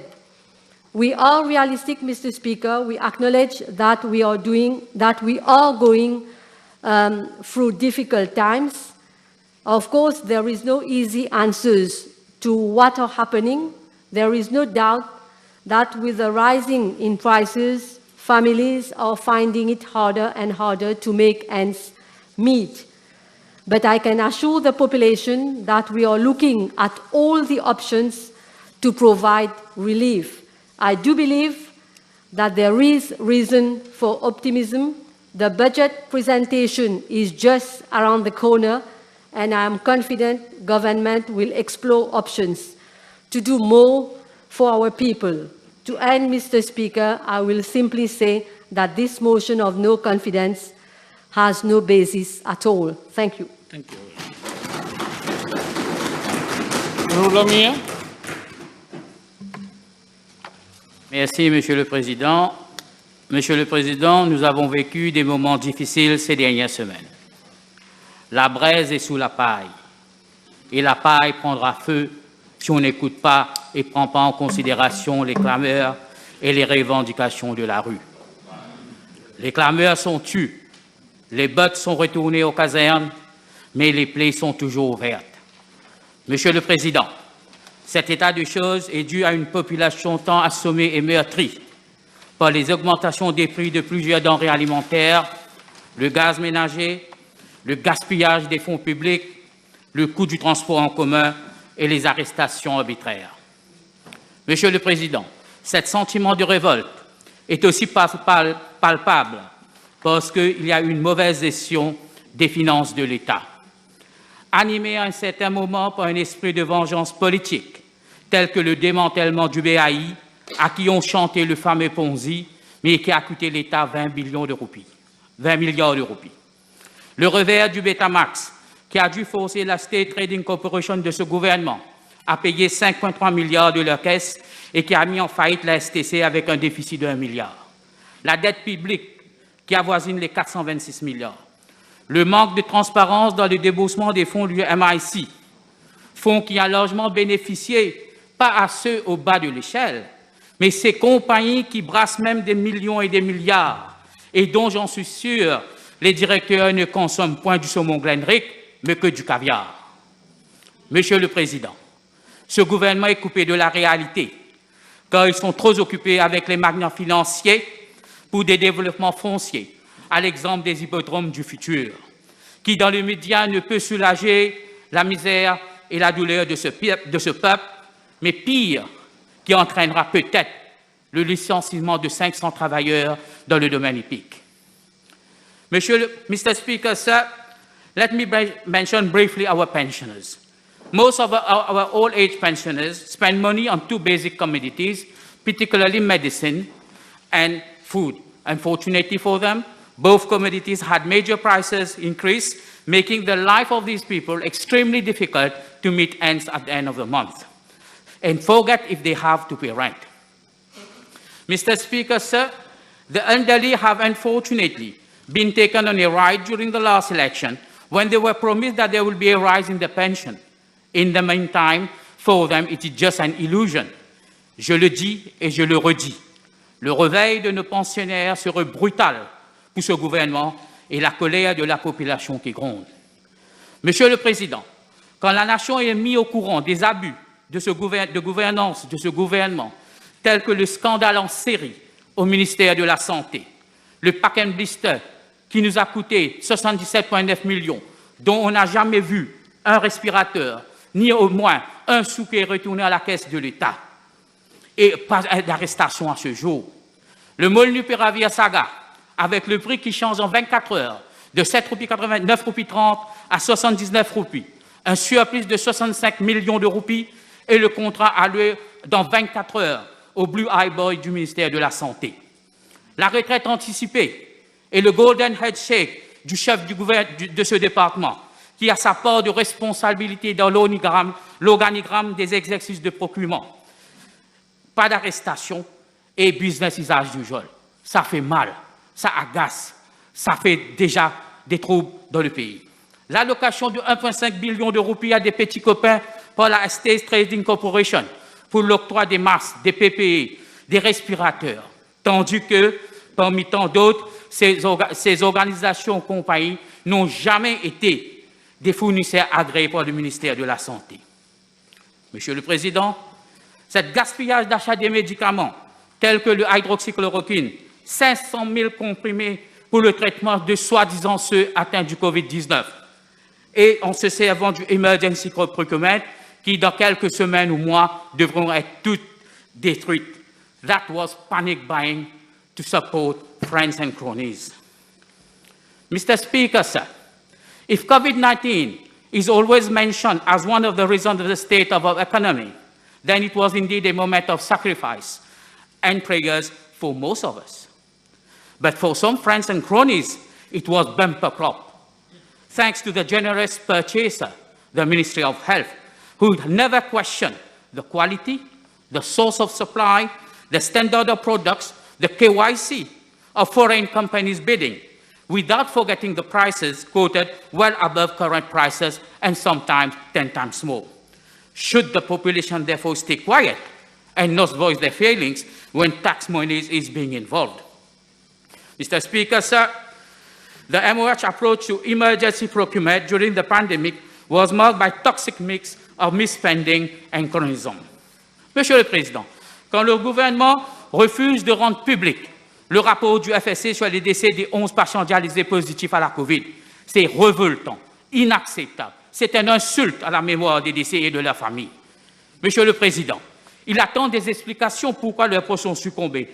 Était-ce la non-priorisation des vaccins, le manque de médicaments tels que le remdesivir, une logistique mal inspirée ou tout simplement de la négligence médicale? Monsieur le Président, quand un membre de la majorité, jadis Premier ministre adjoint, fait savoir ses sentiments, je ne vois pas comment on pouvait appeler cette hécatombe autrement qu'un carnage. Le ministre de la Santé ne trouve pas mieux comme façade à ne pas divulguer les conclusions de son rapport. Et le ridicule ne tue pas quand le ministre nous dit que dans le passé, les rapports des FSU ne sont pas rendus publics. Quand notre économie est si fragile, n'est-il pas révoltant et provocatrice quand tant de ministres se rendent à Dubaï pour le Dubaï Jalsa qui nous a coûté à au moins 550 millions officiellement? C'est cette arrogance du gouvernement qui fait mal. Monsieur le Président, pour terminer, la vérité est que la masse silencieuse, elle aussi, se trouve entre le marteau et l'enclume, et celle-ci n'a pas dit son dernier mot que quand le péril sera appelé aux urnes, à moins que le type électronique nous fait des tours. Thank you very much. Thank you. Mr. Speaker, sir, I will start my intervention by quoting the English poet, John Dryden. It reads as follows: "What flocks of critics hover here today? What flocks of critics hover here today as vultures? Again, as vultures wait on armies for their prey, all gaping for the carcass of a play. With croaking notes, they bud some dire events." This is end of the quote. Mr. Speaker, sir, our Prime Minister was indeed brilliantly summarizes this as the croque-mort. So today, Mr. Speaker, sir, the leader of the opposition chose to come with a motion of no confidence, and to go to such extreme, it's only to exist, or it's only to have a purpose. It's a pity. While populations, while governments, and even oppositions are working to address the unprecedented challenges here, the focus is on how to come back to power by all means. Mr. Speaker, sir, when the claims of election truquée are falling into pieces, they have embarked on yet another agenda. So, Mr. Speaker, sir, let me first refute some arguments made by the former speakers. I will start by the Honorable Leader of Opposition. He forgets that in spite of the ongoing challenges, we are sustaining the welfare state. Mr. Speaker, sir, more than 75% of the population of patients are having treatment in government hospitals, in government healthcare centers, and out of them, more than 90% of the elderly, they have recourse to the public hospital, which are totally free. Mr. Speaker, sir, for cancer patients, the drugs are available in the public sector. Mr. Speaker, sir, the leader of the opposition, I believe at one point he has to inform the House which medication Yusuf is on, and instead of making vague statement. Mr. Speaker, sir, even if you consider Xanax have an equivalent. The equivalent of Xanax is Valium. And Valium, you know, Mr. Speaker, sir, obviously it prevents you to get stressed out, and obviously it will help keep the hairs on. Mr. Speaker, sir. Order. Mr. Speaker, sir, on the Medical Negligence Standing Committee, the statement made again by the Honorable Leader of Opposition, Order. They are false and malicious. In fact, he should have, even if he would have requested me what happened to the MNSC, I would have informed him that the chairman at present, he was not in Mauritius for the last 2 weeks. He had already met the relatives of the deceased dialysis patients, and I have his text message now, and what he's saying is totally again false and malicious. Mr. Speaker, sir, about the patient he referred, the patient who had a bullet wound in his body. This bullet wound has already been removed, and the patient who will be discharged in the coming days, and not what the opposition was saying, that this patient has to be transferred elsewhere for further treatment. Mr. Speaker, sir, again, I will come back with what the Honorable Leader, the Honorable Shakil Mohammed said earlier. In fact, when he was a former Minister of Labour, and at that time, sending of Mauritians to work abroad, and overnight, the spouse of the latter turns into an agent, an agent recruiter. Is this not a total moral failure? Wait. The minister has no right to impute motives, and what he has done is imputing motives in relation to the wife of a honourable member who intervened. I think this is uncalled for. He has to withdraw. Wait, what is happening in this House? Make your point. I've stated very clearly that the honourable minister has imputed motives in relation to the wife of the honourable member. He has no right to say that the wife has taken advantage to set up a company for workers to work overseas. I think this is uncalled for. No, but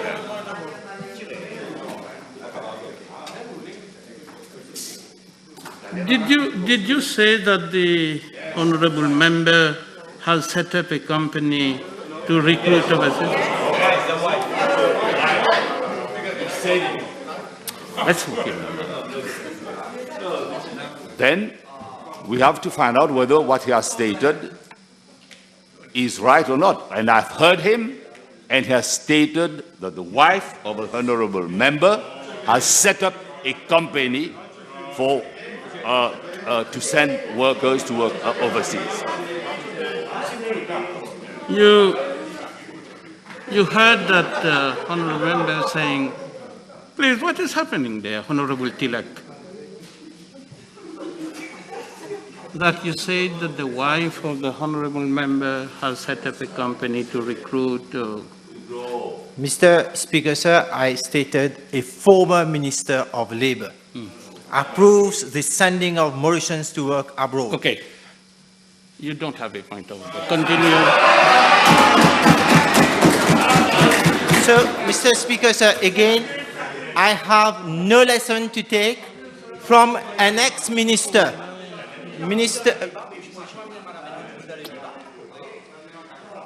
Are you questioning my ruling? No. You members, you think you can question a ruling like this? The honorable member said a former minister.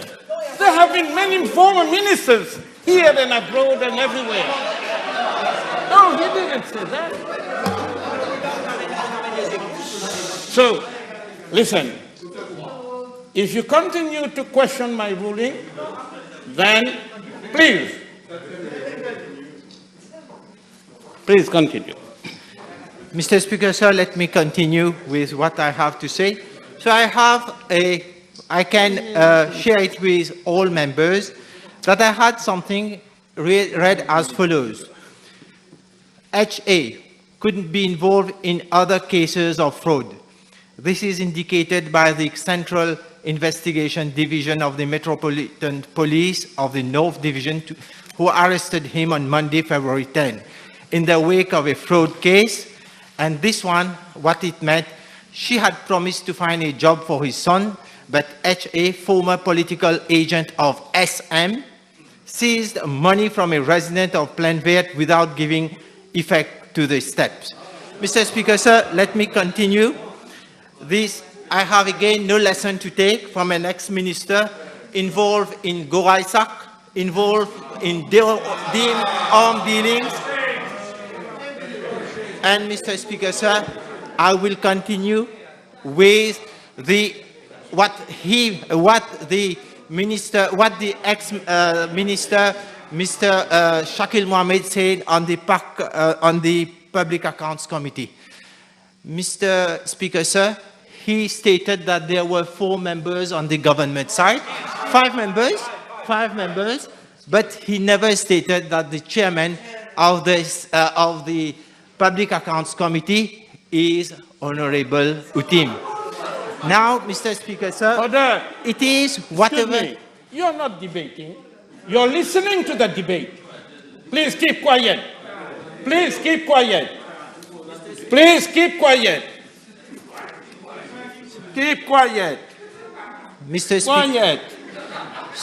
Speaker, sir, on the Public Accounts Committee, on the report, so it is, again, as the Prime Minister earlier stated, that if he has been listening to the public officers, and it is his duty to go to the respective authorities, and he has to inform those respective authorities, and I believe that he will come up, if he's on the list of orators, he will come and tell us what he's going to do with whatever he has listened from the public officers on the Public Accounts Committee on the report that he himself has submitted to the House. Mr. Speaker, sir, for some, COVID-19 only affected Mauritius, and it is even created by this government. The same thing happened with Wakashu, where I would not be surprised, even if they can manage to, by some means, to impute the Ukraine war, because this government has created the Ukraine war. Quiet, order. Mr. Speaker, sir, Order. Back to COVID-19 management. In fact, we needed strong decisions to shelter our country from the disastrous effects of COVID-19. Bold measures require strong leadership, and this is the marque de fabrique of our Prime Minister, Pravin Kumar Jagnnath. It's no surprise that renowned institutions like the Singaporean Chandler Institute of Governance, ranked our country first in Africa and in the world 14th in its good governance index. This is not me saying this. This is the report of that prestigious agency. Mr. Speaker, sir, I listen to you. Now you listen to me. If you need, Mr. Speaker, sir, Xanax is available in the private sector, but in hospital it is available freely. If you don't have it, I will make provision to provide anybody who requires this in this house or outside this house. Mr. Speaker, sir, again, prestigious agencies around the world recognize our work. I'm sure our experts in the opposition will disagree and deny it. Mr. Speaker, sir, the word denial, the denial phase in psychology is a defense mechanism. And it's good that I inform the House. It was proposed by Freud. And it involves refusal to accept reality, those blocking the external events from their awareness. I hope that all members from this side of the House, they have already stated what the government is doing and how the denial phase, the immature defense mechanism is right on track from the other side of the House. Mr. Speaker, sir, I am indeed very proud to serve in a team captained by a modern, visionary, and hard-working leader. Let me highlight the COVID-19 management. It's not only more than 350 times that we met since the beginning of the pandemic. It is also the result. And this result allows our country to be back on track to function normal, be it the education sector, be it the students going to school, be it the activities, the normal activities, and be it tourism. Mr. Speaker, sir, we again received the recognition of international instances for the sound management of COVID. Indicators, it's important to rely on indicators and not what they say there, that we are manipulating figures. UK recorded 259 deaths per 100,000 population. France, 215 deaths. USA, 301 deaths. I'm not saying that pour for us, chaque décès est un décès de trop, but we outplayed those predictions, and in Mauritius, it is only 81 deaths per 100,000 of the population. This is what the high-level committee did. This is what the Prime Minister did, save the lives of the population. Again, from the other side of the world, it is denial. Mr. Speaker, sir, this government is working to shield the country from disaster and sailing towards normality and creating sensation. This is, you know, who is doing such a job. They went to international press to shamelessly denigrate our country, our motherland. They did not care about the economy, our reputation, our tourism, our employment. What is their aim? Power, power, power, even at the expense of the citizens. They adopted the same approach when it came to procurement of equipment and medication. We all know what the WHO predicted, that there would be thousands of deaths in our ICU. So it is our duty to act. Even at that time, there were no planes, there were no ships coming to Mauritius. I will invite Honorable Buddha, who was with us during that time, and he has, during those challenging times, to tell his new allies what is the truth. How at that time, he was there to get all that time. He was there to get all the equipment to Mauritius. And here, what are they sounding? They are sounding that we have done this just for political reasons, for other reasons. No, Mr. Speaker, sir, I hope Honorable Buddha will come and highlight this House what was his contribution, unless at that time he was having a good nap. I don't know. If he's having a good nap, then there was no questions of who will come and report this. So I will leave it to him. So we purchased from all suppliers, from all means, and at that time of crisis, even what for pack and blister, he knew that how it was difficult for us to get the equipment. Again, I will invite him to come up and tell the House how at that time the high-level committee was coordinating to get equipment in Mauritius, and what was the prime objective? It was to safeguard life. Mr. Speaker, sir, it is not Mauritius the only country to have encountered such events, especially when we talk about the pack and blister, about the ventilators. The opposition tend to forget. Do you know how many medical equipment have been left unused in the past? I'm not going to come and blame them for that. Automatic methadone dispensers, there was so many equipments. But at that time, there was no pandemic. All these equipments were brought because they thought that the specification was made by 10 technicians, and they thought that this was going to be to use for our population, for those who will require. But unfortunately, here it is another story of trying to blame the government for making provisions of those equipment. Mr. Speaker, sir, it came to, at one point, there was a PNQ address to me for the procurement of medical supplies and equipment. I tabled all the names of the suppliers. I have no problem of tabling the names, and I'm again inviting them, because at that time, the opposition said there was anguille sous roche, because we have been, having equipment of having masks and all from different suppliers. So I'm waiting for the anguille. Is it still there? It's 2 years now. Where is the anguille?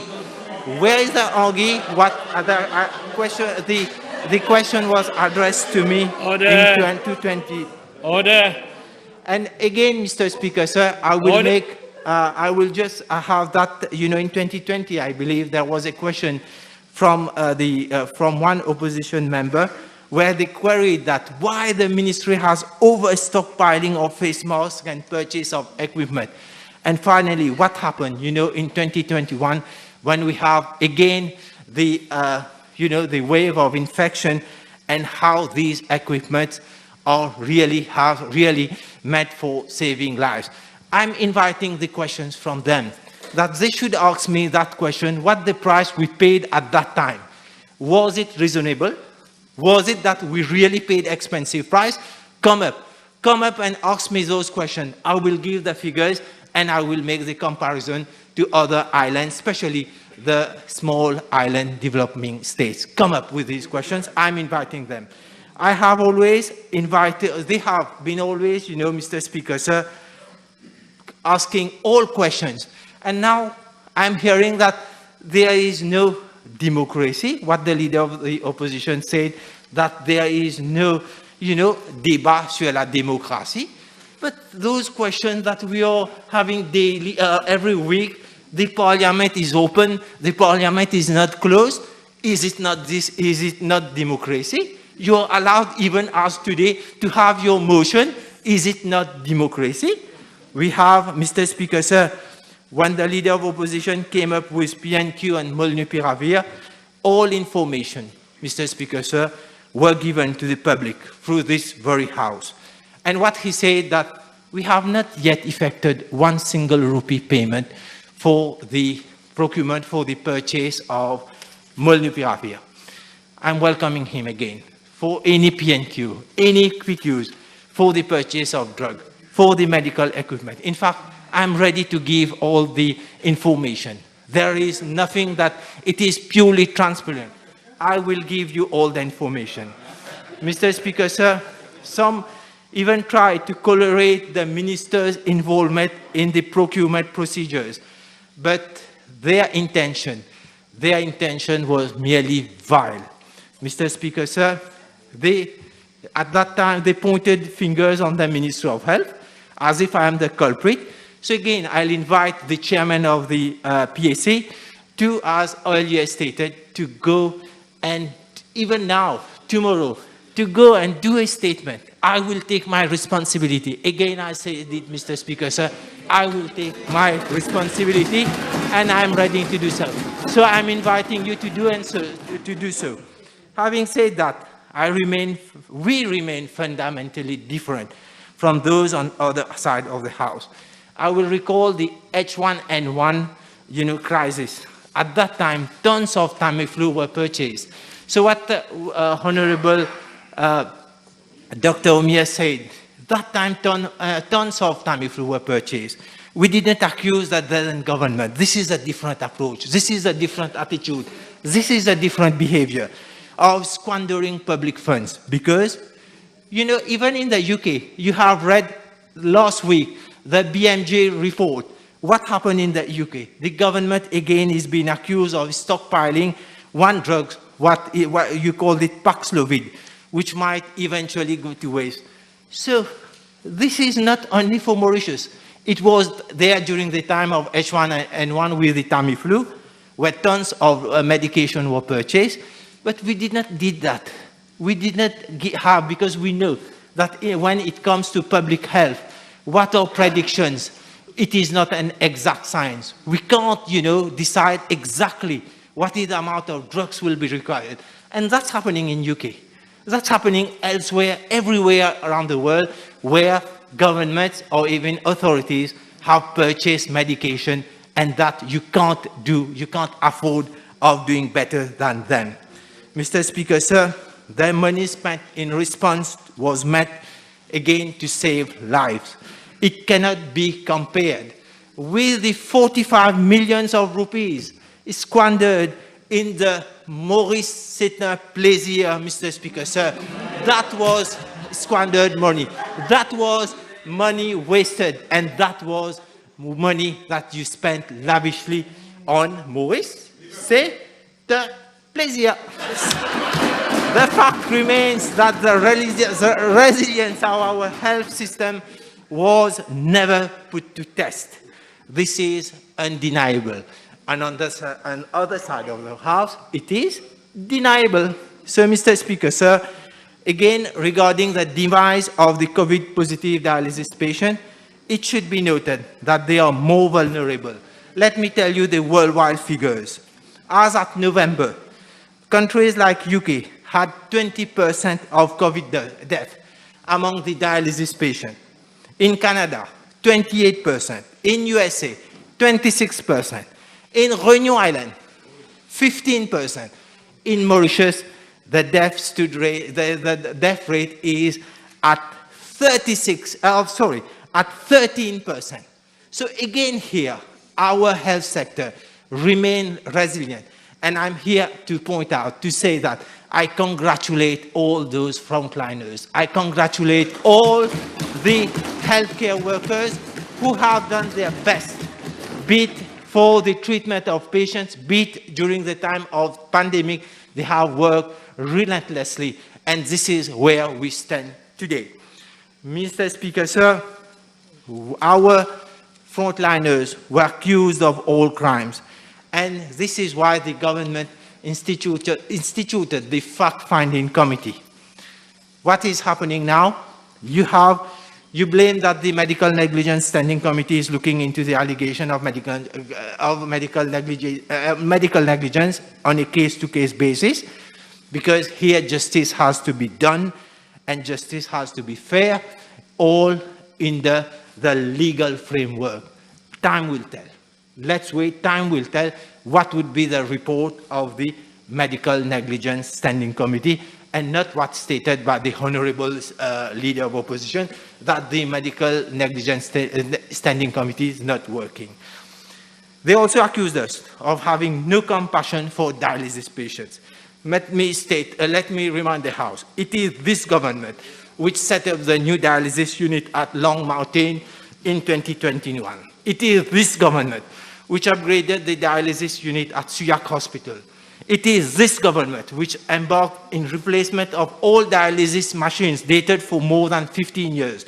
It is this government which procured 90 new machines to the tune of 25 million rupees. It is this government which approved the setting up of 2 water treatment plants and at Long Mountain and SSR Hospital to the tune of 11 million rupees. It is this government which procured hemofiltrators for dialysis patients, for hemofiltration machine and portable water treatment plant for dialysis patients. And all that was done during the pandemic and for the welfare of dialysis patients. Now, Mr. Speaker, sir, we are expecting 80 new dialysis machines by end of this year. This government will start work for a new renal transplant unit at Nehru Hospital and upgrade the dialysis machine at Rosebell with 15 new machines again. This government will proceed at upgrading dialysis unit at SSR Hospital and Victoria Hospital. And this government is again in the new Flack Hospital and the Belair Mediclinic will have new dedicated dialysis units. Mr. Speaker, sir, all this was done in 2 years while we are battling for the COVID-19 and we know the fight is still on. Some are wise enough to affirm that our country is on fight in spite of all those investments. They were in power for so many years when there was no pandemic. Now I will ask them, there was no global crisis. What did they do for the dialysis patients? Nothing. Today, and they have the guts to come up and speak of no confidence. Mr. Speaker, sir, this government succeeded in offering safe and efficient vaccination for the population. I'll have to remind the House, while we were all looking for vaccines, finding where we'll get vaccines and arranging to get vaccines, what is happening? Some are instead encouraging the population to get vaccinated. The population questioned the consent forms. And what that happened? They tried to frighten our citizens. But these very persons, they went into queue up late at night en catimini to get themselves vaccinated in private clinics. Mr. Speaker, sir, however, we are very lucky. We are very lucky that our population did not fall into their open trap. What now, Mr. Speaker, sir? How to create another scandal, how to create anything that will come to their mind. They will create it, they will try to make it to be a scandal. Mr. Speaker, sir, we acknowledge that the PSC report and is there even for the audit report. At least for us, in fact, we are grateful for audit report. It comes with constructive criticism. This document has always highlighted things to improve, and irrespective of the government of the day. As if this is the first time that we are having critics of the audit report, and so it means doing politics on the audit reports. It is easy to affirm that drugs are wasted and that have to be discarded. Imagine, Mr. Speaker, sir, for one moment, is critical drugs are not available in Mauritius. We are not a country that can produce drugs, medication. We are very far away an island. We can't purchase in bulk. We can't get it overnight. It takes time. We have to follow procedures. How would you imagine if these drugs are not available? Even if Xanax are not available, do you know how it is painful? Mr. Speaker, sir, even if Xanax are not available, is it not very painful? We have to understand. So we have to have extra amount of Xanax always be there in the stock. We acknowledge that we have, concerning audit report, we acknowledge that we have to improve, and there is room for improvement. For that, Mr. Speaker, sir, we have set up... Debate. No. Kemal, take one Xanax. Order. I know Safed Jumal, but this is parliamentary debate. This is parliamentary democracy. Because, sir, money spent... This is... You have to withdraw it. Thank you. try to conclude. Yes, Mr. Speaker. In 3 minutes, I will conclude. Mr. Speaker, sir, money spent to ensure the health and wellness of our citizens is never wasted money. Money wasted is in crumbling Terre Rouge-Verdun-Lake Road. Money wasted is in leaking Bagatelle Dam. Money wasted is when we use to finance ole holidays in the Swiss Alps. Money wasted is when more than 1,150 acres of prime land, state-owned land, are lavishly handed to Tikopin and Tikopine. Mr. Speaker, sir, I will conclude by the... Rapidly, Mr. Speaker, sir. Now, it's 30 months and 3 days that this government, after the last election, democratically elected government, this government, which will introduce, different, are doing a lot of projects. I will have time during the budget speech to say all the achievement of this government. Mr. Speaker, sir, the list is very long for the accomplishment. No, I will please. come back again. May I stop you there? Yeah. For the record of the whip, Chief Whip, 12 minutes have gone through the reserve. Please. So I will now call MP Bagwan.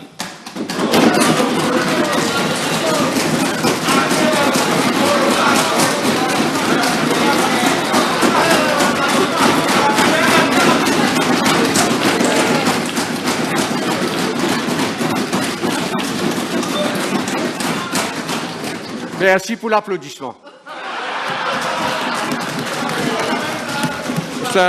Mr. Speaker, on this side of the House, I found the Minister of Health very nervous. I think it was his time to take his pills. So we have no lesson to learn from him, and we know that he's good in singing, so I'll advise him to go and sing Kokroko outside.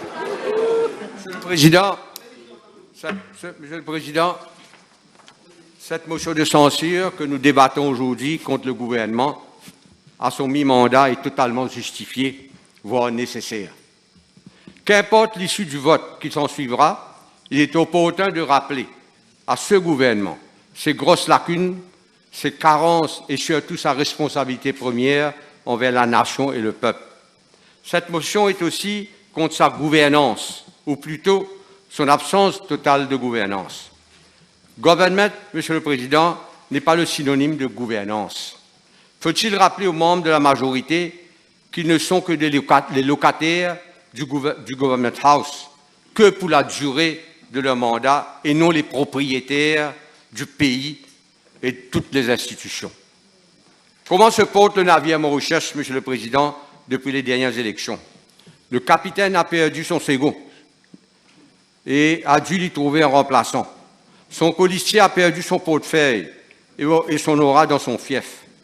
Le capitaine doit souvent quitter la passerelle pour descendre dans les cales où se trouve la cuisine pour prendre ses feuilles de route.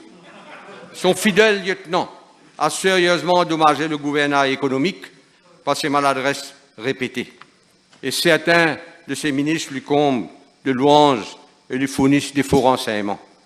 La lourde cargaison de dettes a affecté la ligne de flottaison et a ralenti sensiblement le navire. Et certains en profitent pour piller la cargaison de grande valeur, alors que d'autres se tiennent près des canaux de sauvetage. Monsieur le Président, s'il fallait établir un bilan, le bilan du mi-mandat de ce gouvernement, voilà l'image qu'on retiendrait. Quant à Air Mauritius, nul besoin de métaphore pour décrire comment les administrateurs lui ont méthodiquement coupé les ailes et éjecté sur le tarmac des centaines d'employés qui ont servi loyalement cette compagnie pendant des décennies. Monsieur le Président, un gouvernement qui se respecte doit d'abord respecter la démocratie. Or, les élections municipales ont été renvoyées à 2 reprises, confisquant ainsi aux citadins leurs droits civiques. Ils ont sauvé, battu, bif, pour gagner. Quant à notre auguste Assemblée, on constate à chaque séance comment notre démocratie parlementaire est allègrement piétinée sur les applaudissements des tapés à la table. Pour la population, cependant, la plus grande déception, je dirais même, la plus grande trahison est au niveau du coût de la vie. le feu court sous les cendres, que le temps saut pour autres. Ministre peut bien galouper. Monsieur le ministre, allez sur le terrain. Bodyguard, vous avez une bodyguard. Il y a une profonde colère au sein de la population. Quand un gouvernement joue avec le pouvoir d'achat de la population, il joue dangereusement avec le feu. Les ménagères s'arrachent les cheveux pour faire bouillir la marmite. Allez au supermarché, vous verrez comment les consommateurs se ruent sur les produits en promotion, sur les articles de bas de gamme.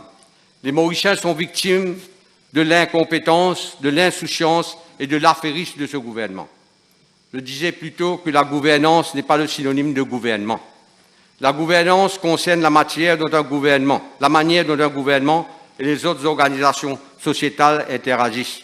Comment elles interagissent avec les citoyens et comment les décisions sont prises dans un monde de plus en plus complexe. Pour comprendre l'idée de gouvernance dans un cadre public, il est important de comprendre que l'intérêt pour les questions d'intérêt public ne se limite pas au gouvernement.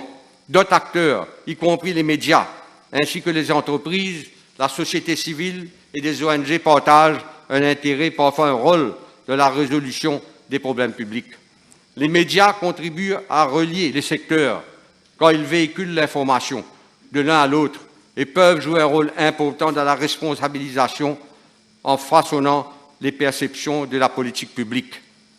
Ils appartiennent clairement à tout débat sur la gouvernance. Sur ce chapitre, Monsieur le Président, on ne peut que déplorer les tentatives de l'IBA de museler les radios privées, tandis que l'ICTA se transforme en gabelou des réseaux sociaux. Les interpellations suite aux postes jugés blasphématoires par le régime sont effectuées à la vitesse grand V par le CCID, dans le but d'instaurer un climat de peur et décourager les internautes, surtout les jeunes, à exprimer librement leurs opinions. La publicité gouvernementale est utilisée pour soutenir certains titres de presse collaborationnistes et à fixer ceux qui chérissent leurs indépendances, alors que la MBC nous confie 150 roupies mensuellement pour nous servir une insidieuse propagande chaque soir. C'est peut-être là que réside maintenant la différence fondamentale entre les deux termes. La gouvernance concerne la manière dont le pouvoir est exercé, qui a de l'influence, qui décide et comment les décideurs sont tenus responsables. Qui a de l'influence, que constatons-nous? Des conseillers, des membres d'une obscure cuisine, des hommes d'affaires ont aujourd'hui plus de pouvoir que les ministres et exercent une forte influence sur la prise des décisions. Nous n'avons même pas un gouvernement digne de ce nom. Nous avons un semi-gouvernement. Et les leviers du pouvoir sont tenus par les non-élus et les courtisans véreux. Et quasiment toutes les institutions du pays ont été prises en otage par un autocrate capricieux et peureux. Monsieur le Président, depuis 2019, le pays a connu pas mal de scandales. Pas mal de scandales ont été découverts, ont été mis à nu ici, au niveau du Parlement, à travers les questions parlementaires, dont les réponses ont été rarement données. Aujourd'hui, il y a d'autres. On passe devant les cliniques Smart métaphosées, en two futures, en congruant 235 millions au passage. Des affairistes, piranhas voraces et insatistiables attirés par l'odeur de l'argent sale pullulent dans les couloirs du pouvoir. S'il faut en rire que d'en pleurer devant cette rapacité sans limite, y compris sur les ventilateurs, le cadavre calciné de Telfair doit constamment nous rappeler que la fin justifie les moyens pour ces prédateurs de l'argent public. Oui, il y a la fameuse LICAC qui paraît maintenant péguée de figure. Villarosa, l'ancienne ambassadrice des États-Unis à Maurice, n'avait-elle pas déclaré avant son départ « I am bewildered at the ICAC today.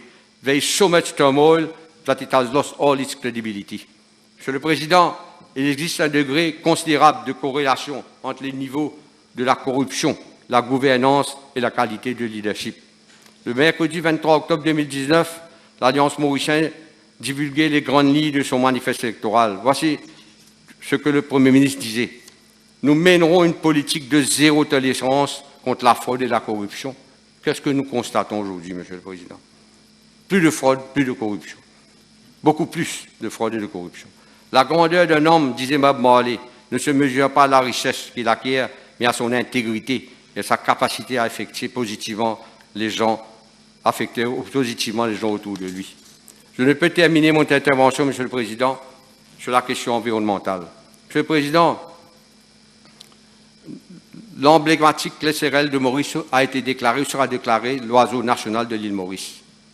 Le sauvetage de ce rapace est une des plus grandes réussites en matière de conservation, et non seulement à Maurice, mais également dans le monde. La population sauvage actuelle de cresserelles s'élève à 350. Mais ce qu'il faut savoir, c'est que cette population a été réduite de 700 à 350 en 10 ans. Pourquoi? Principalement en raison de la déforestation entraînant une réduction de l'habitat. Mais ce qui se préoccupe, Monsieur le Président, s'il y a quelqu'un de ce gouvernement qui songerait à la personnalité, est-ce qu'il y a quelqu'un au sein de ce gouvernement qui songerait à la personnalité juridique de nos lagons, de nos forêts, de nos rivières? Malheureusement, c'est à la destruction de nos wetlands, des flancs de montagne, de nos forêts et de nos lagons qu'on est témoin. Et ce ne sont pas les actions cosmétiques de la National Environmental Cleaning Authority qui renverseront cette tendance destructrice. Il y a un total mépris pour la planification pour le long terme et pour les enjeux qui détermineront la qualité de vie de nos enfants et de notre République. Le populisme aujourd'hui est à la base de toute action au gouvernement. Monsieur le Président, pour conclure, nous débattons d'une motion qui a déjà été votée, sans débat, par la population dans son ensemble. Ceux qui marchent dans les rues en savent. Ceux qui sont dans les grandes voitures ne savent pas, ils sont protégés.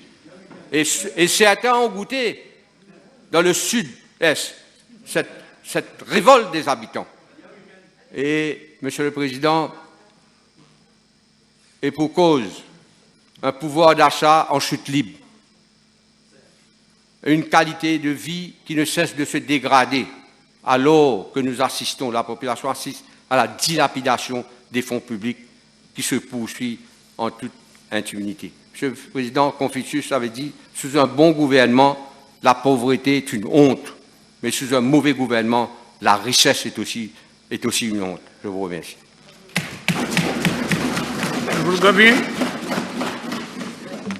Thank you, Mr. Speaker. So, I thank the speaker who was speaking before me.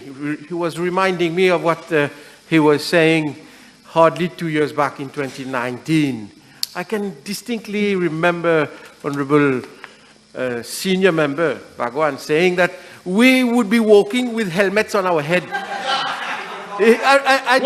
Wait. I distinctly remember. It forms part of debate. It forms part of debate. I remember you saying, Honorable Senior Member, I bow to your seniority in this House. But we have heard that many times from you especially. Allow me very humbly to say, vous êtes déconnecté, mon cher ami.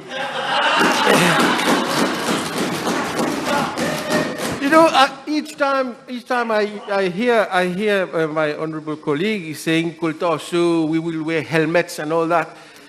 Mr. Speaker, sir, what I want to say is, we are not oblivious to what is happening outside.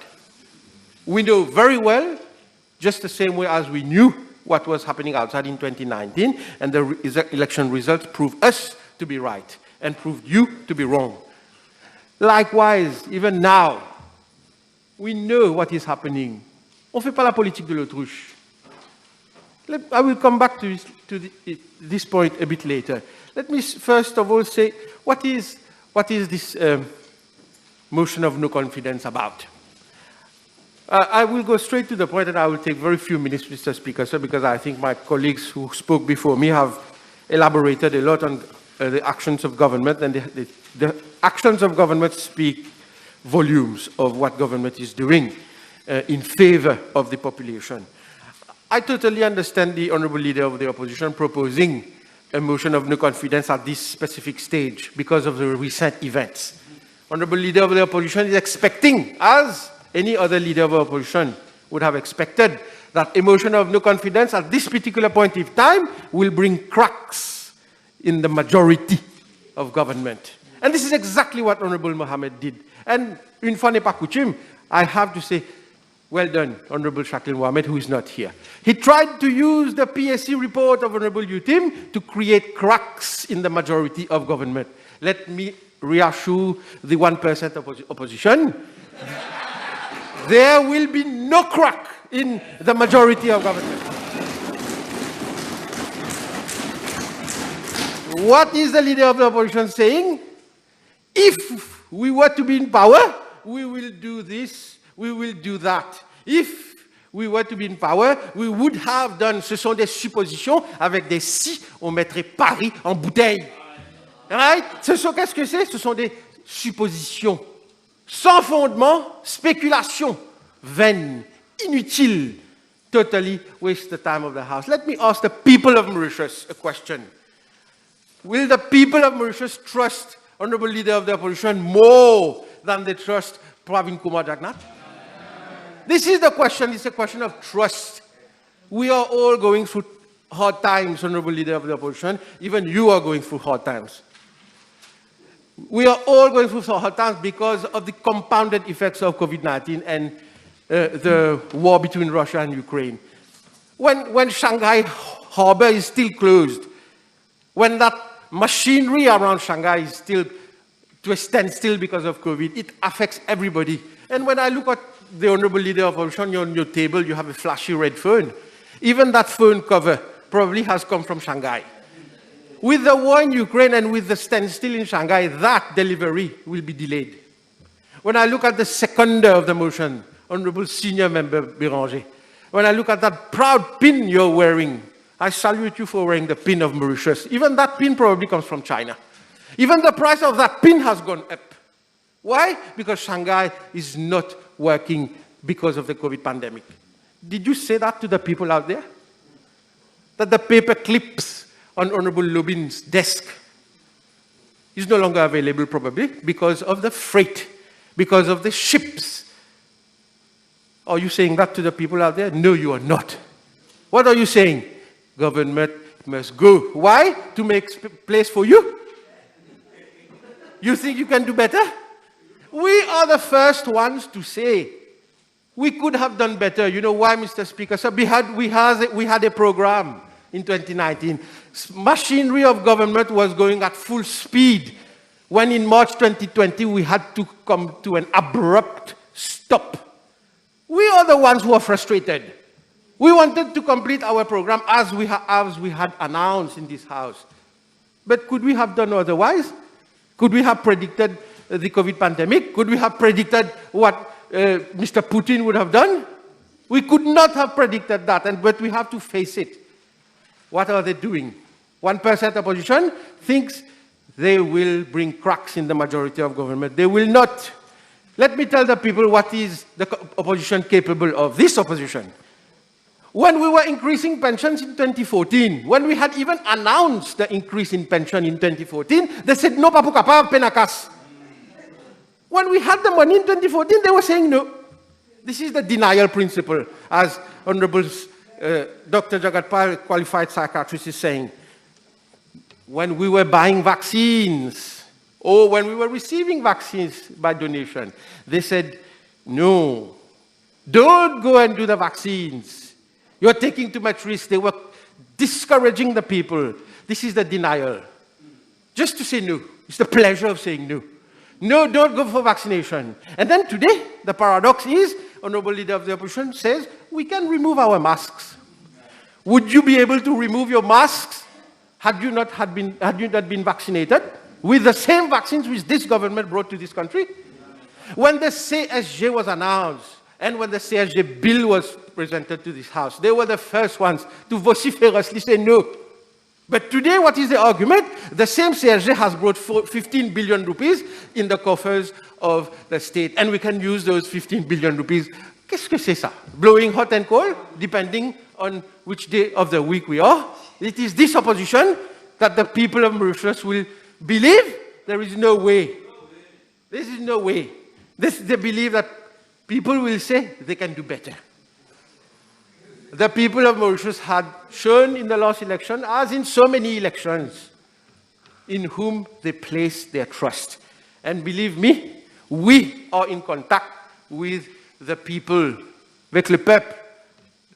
Honorable Bagwan has left. We will say, yes, Koltaso, bien sûr Koltaso, so pour tout le monde. But we will face it together. We will face it together. And let me tell the people, yes, there are tough times. We are in tough times. We were the first ones to say we are going to go through tough times. And these tough times will continue for some time, Mr. Speaker, so we say it to the people. But we stand together in tough times. We don't do like 1% opposition is doing. And believe me, let me come to that 1%. That sondage published on Sunday was not paid for by my party or Centrus. It was by Le Mauricien. Yet, they come with the motion of no confidence. Never mind. Tough times are here, but as the saying goes, tough times do not last. Tough people do. Thank you, Mr. Speaker.